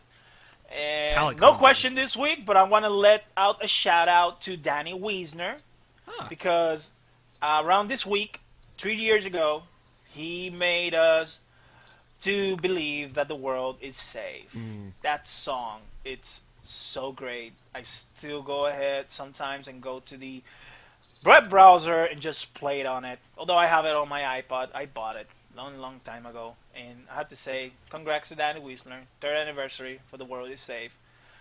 That was like 3 years ago, guys. 3 years ago, Podcast Beyond was 200 or 300. I fucking 200. forgot. You're right. 200, I guess. And yeah, that's pretty much about that, guys. Hopefully, I would not die watching TMNT. So I'll let you guys know once I bite the bullet. Just be on the lookout on I Twitter. thought you were on board with that and movie. hopefully, I'll be sane after that. So Yeah, you gotta Without tell us further how ado- that movie is. have a fun one, guys. SoPR signing out. Man, that stutter is strong today. Yeah. You're fine, Scott. I'm seeing that movie tomorrow. You are seeing that movie tomorrow? Okay. Yeah, a couple of my friends wanted to go, and you know, I wouldn't pay to see that movie, but it was like, oh, I guess this is a way to hang out with my friends, so I'm paying to see them. Yeah. Fuck it. 3 years ago, Danny Wiesner published his song "The World Is Saved," which is our closing music that plays during the credits of the show at the very end. So if you haven't listened to it before, you should listen to it. It's fantastic. There was one point where I listened to that song and I fucking cried like a baby, as Nabishin reminds me I am a vagina, and I'm sorry. Well, wet vaginas are always the best. So. Yeah, Ew. at least. Totally. I'm so sorry, Katie. But that's it. That's the end of the show. Thank you to Silver PR and Harold for sending in a voicemail and email. Thank you to Mark and Katie for joining us this week. Thank you for having us. I hope you had fun. Oh, it was a blast. At least a little bit. At least a little bit.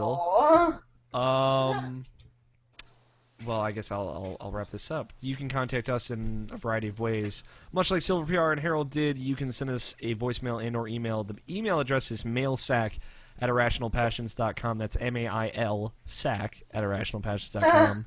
And you can leave us a voicemail at 404-590. Damn it. Oh, then you'll love to hear that it was actually spelled M-A-L-E sack at one point. For like a week. I had Katie! What? You made us laugh. You can leave us a voicemail at 404-590-1337. Standard long distance. Katie, say it's like leet. Huh? What? What? Say it's like leet. Katie. What he Words. said. It's like leet because it is. Standard long distance fees do apply. Oh, You can follow each of us on Twitter. I'm at AlFighter27. That's ALFIGHTER27. Scott is at WhatTechuz, spelled phonetically. Nabishin's at Nabishin186. That's NABESHIN186. And Mark is at Mark_Kissling. With one S in that, I think is worth noting. Yes, it is. What are these two things you guys want to throw out there that Nabishin wrote in this doc that you guys don't know about? Oh, maybe screen printing. I am a screen printer, and right now I am trying to get this damn business off the ground. Okay. So any help that anyone out there in your fan base might have, please send it my way at mark.kissling@gmail.com. I need any help, pricing structure, designs, anything that you might have that might point me in a direction of doing this for more than a hobby. That'd be great. Okay. And Katie, you have some form of cosplay? Oh yeah, I am an up-and-coming cosplayer. Up-and-coming, that makes me sound way cooler than I am. I am a Newport News-based cosplayer trying to get cooler. And I do mostly video game cosplays, and I'm at catrosecosplay.com. I also do lots of Disney cosplays. Cat with a K. Yes, exactly. Yes, Cat. Cat with a K-A-T. K. Like KT, even though KT's sometimes spelled with a C, but those KTs aren't as cool as me! There you go. Why would you ever spell Katie with a C? Yeah, What? right? It doesn't That's so make weird. sense. Because you're lame. All the listeners, that way to be original. all the listeners named Katie. That's Oh god. with a C. Like that's almost as bad as the name I Shine Over You. That was an Asian lady's name. I know. Wow. All the Katies out there with C's, change your name legally to K. Some other But stuff. YC is so much better than K. You don't know how good Katie with a C, because that makes it sound like a cat, and that makes it so catty, and I like it that way. You just had so much estrogen just then. Some other stuff. Please rate and review us on iTunes and Stitcher. Follow the site and show on Twitter at IrrationalPod. Go to VGEvo.com and check out the awesome podcasts and forums over there. Go to our YouTube page. If you're watching the video version of this, you are already there. If not, you can watch the video version of this there, youtube.com/irrationalpassions, and you can watch me play through stupid Zelda games and talk about the Fonz while I play Ocarina of Time. And, of course, tell your friends, because word of mouth is the best way to spread love. Look, Nabishin told his friends, and look where they ended up. On the show. That probably won't happen. Ever. And check We've out ruined it for everyone. the Irrational Passions website at irrationalpassions.com. That's it. Show is over. That's all you Don't get. stop recording. Don't stop recording. Thank you, everyone, so much for listening. Thank you, Mark and Katie, for joining us this evening. It's been a ton of fun. Thank you for having us again. Thank you to Scott and Jackson for Fuck joining you. me. Jackson. I have been your host, Alex O'Neill. I hope you had a grand old time. Thank you once again to Danny Wiesner for our opening and closing music of Two-Player Co-op and The World is Saved, respectively. But play your games, stay rational. We will talk to you guys next week.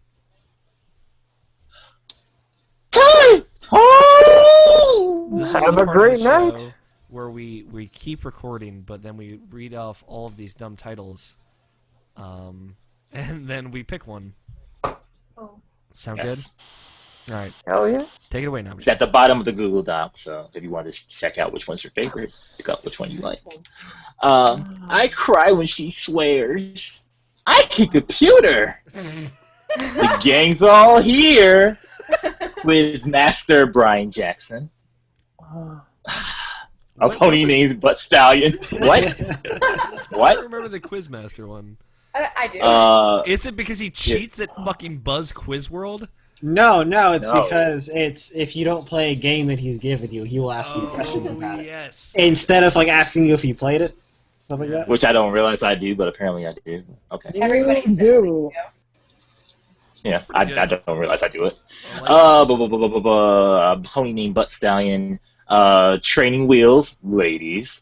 Fuck pollution. Baby! Not in front of my internet friends. You really got that down. I know. I listen to them. It's like integrated into my brain now. Hear that when you dream. Scotty, would you like some sausage? He made the Mako.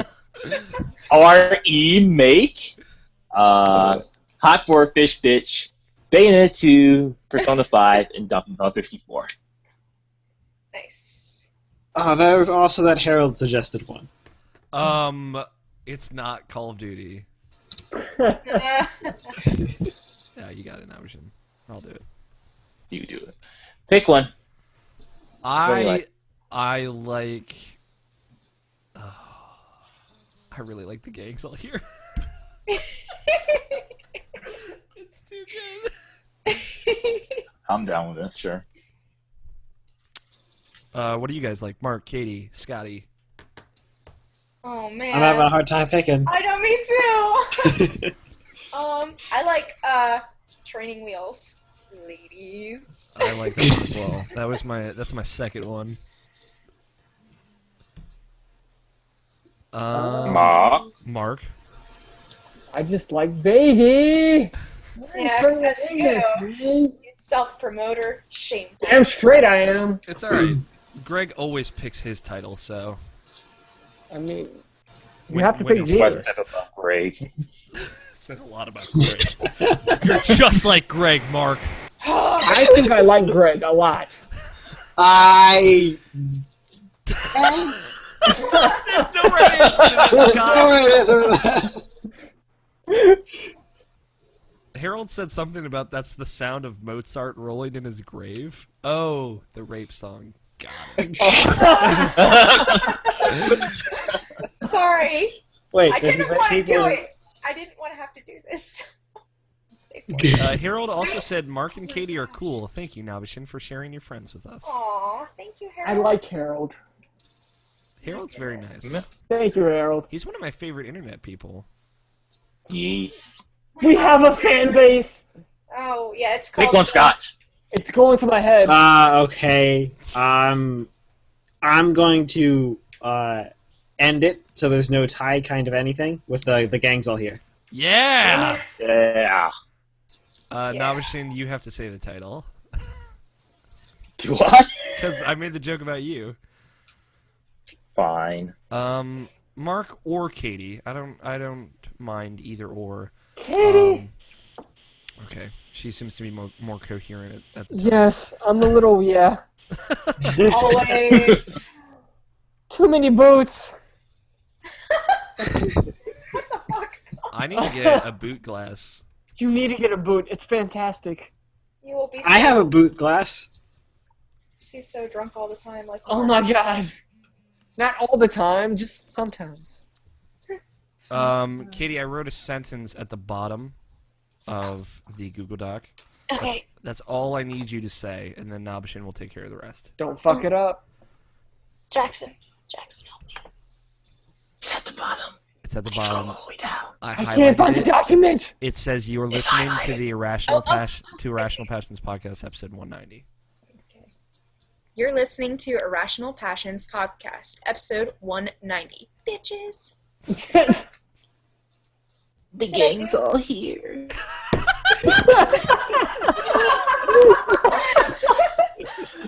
Okay. Could Now- you please make that happen? Oh, I'm gonna make all of it happen. Mark and Katie, if you'd like to stay for Korra Talk, I'm gonna ask you to keep recording. Of course. If you'd like to leave, then you can stop recording and peace out. Although, I do notice that you're a bit of a stickler for no spoilers, so there's going to be a ton of spoilers if It's you're going to be all watching. It's spoilers. all spoilers. Yeah, fuck it. Let's do it. He's too drunk to care. That's right. It's true. All right, let's talk about Korra, and I will bring up this voicemail from Silver. He was like, I'm not sure which episode you guys are going to be talking about, and I'm like, don't worry, we're talking about episode 10, the most recent one. He's like, okay, I can do that. I can watch that beforehand. It is currently downloading, so this was a really good episode, guys. For those listening, this is How's it going, oh guys? God.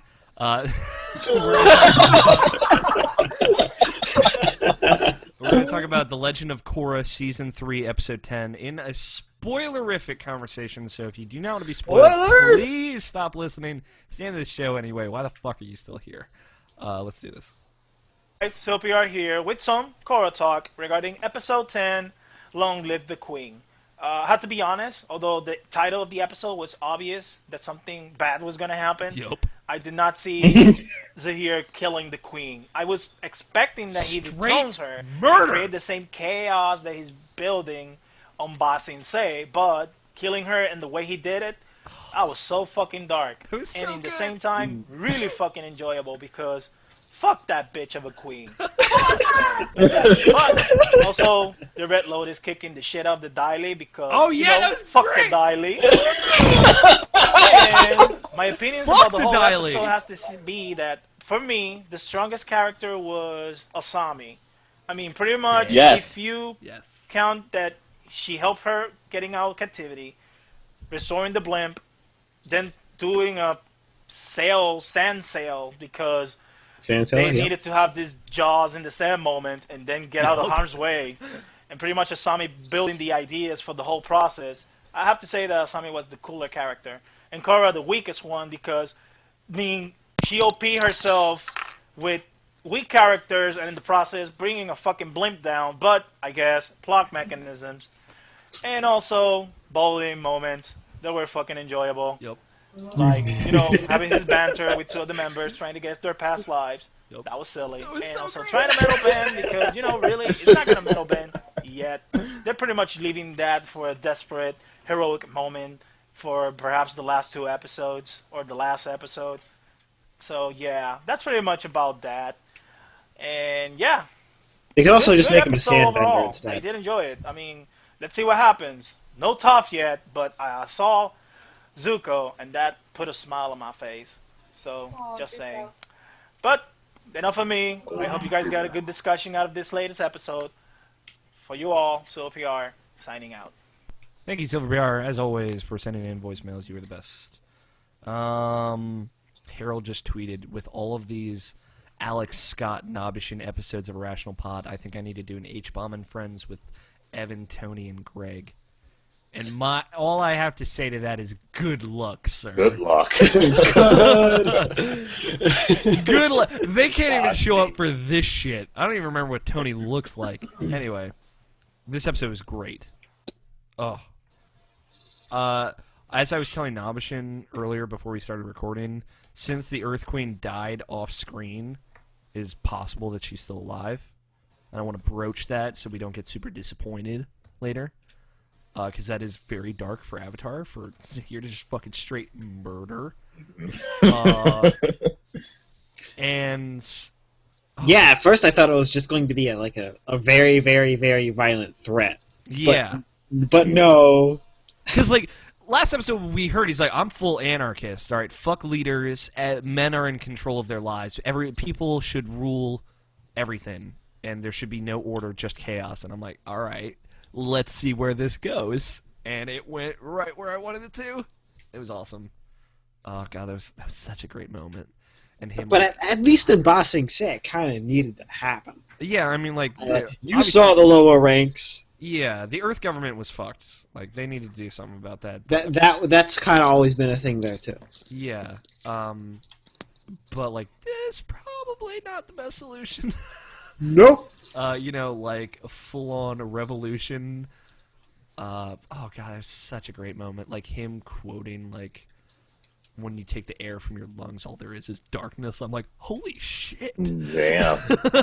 They had that big close-up to her face, too, while her air was being taken out of her body. Yeah, oh my God. And it's like, because we've always thought, like, airbending can be used like that, but it's never happened before on the show. Mm-hmm. And it was... It's like blood bending with air. Yeah, it was really amazing kind of seeing that. And yeah, Asami was totally awesome. Using her engineer skills like a boss. God, yeah, she was the MVP of this episode.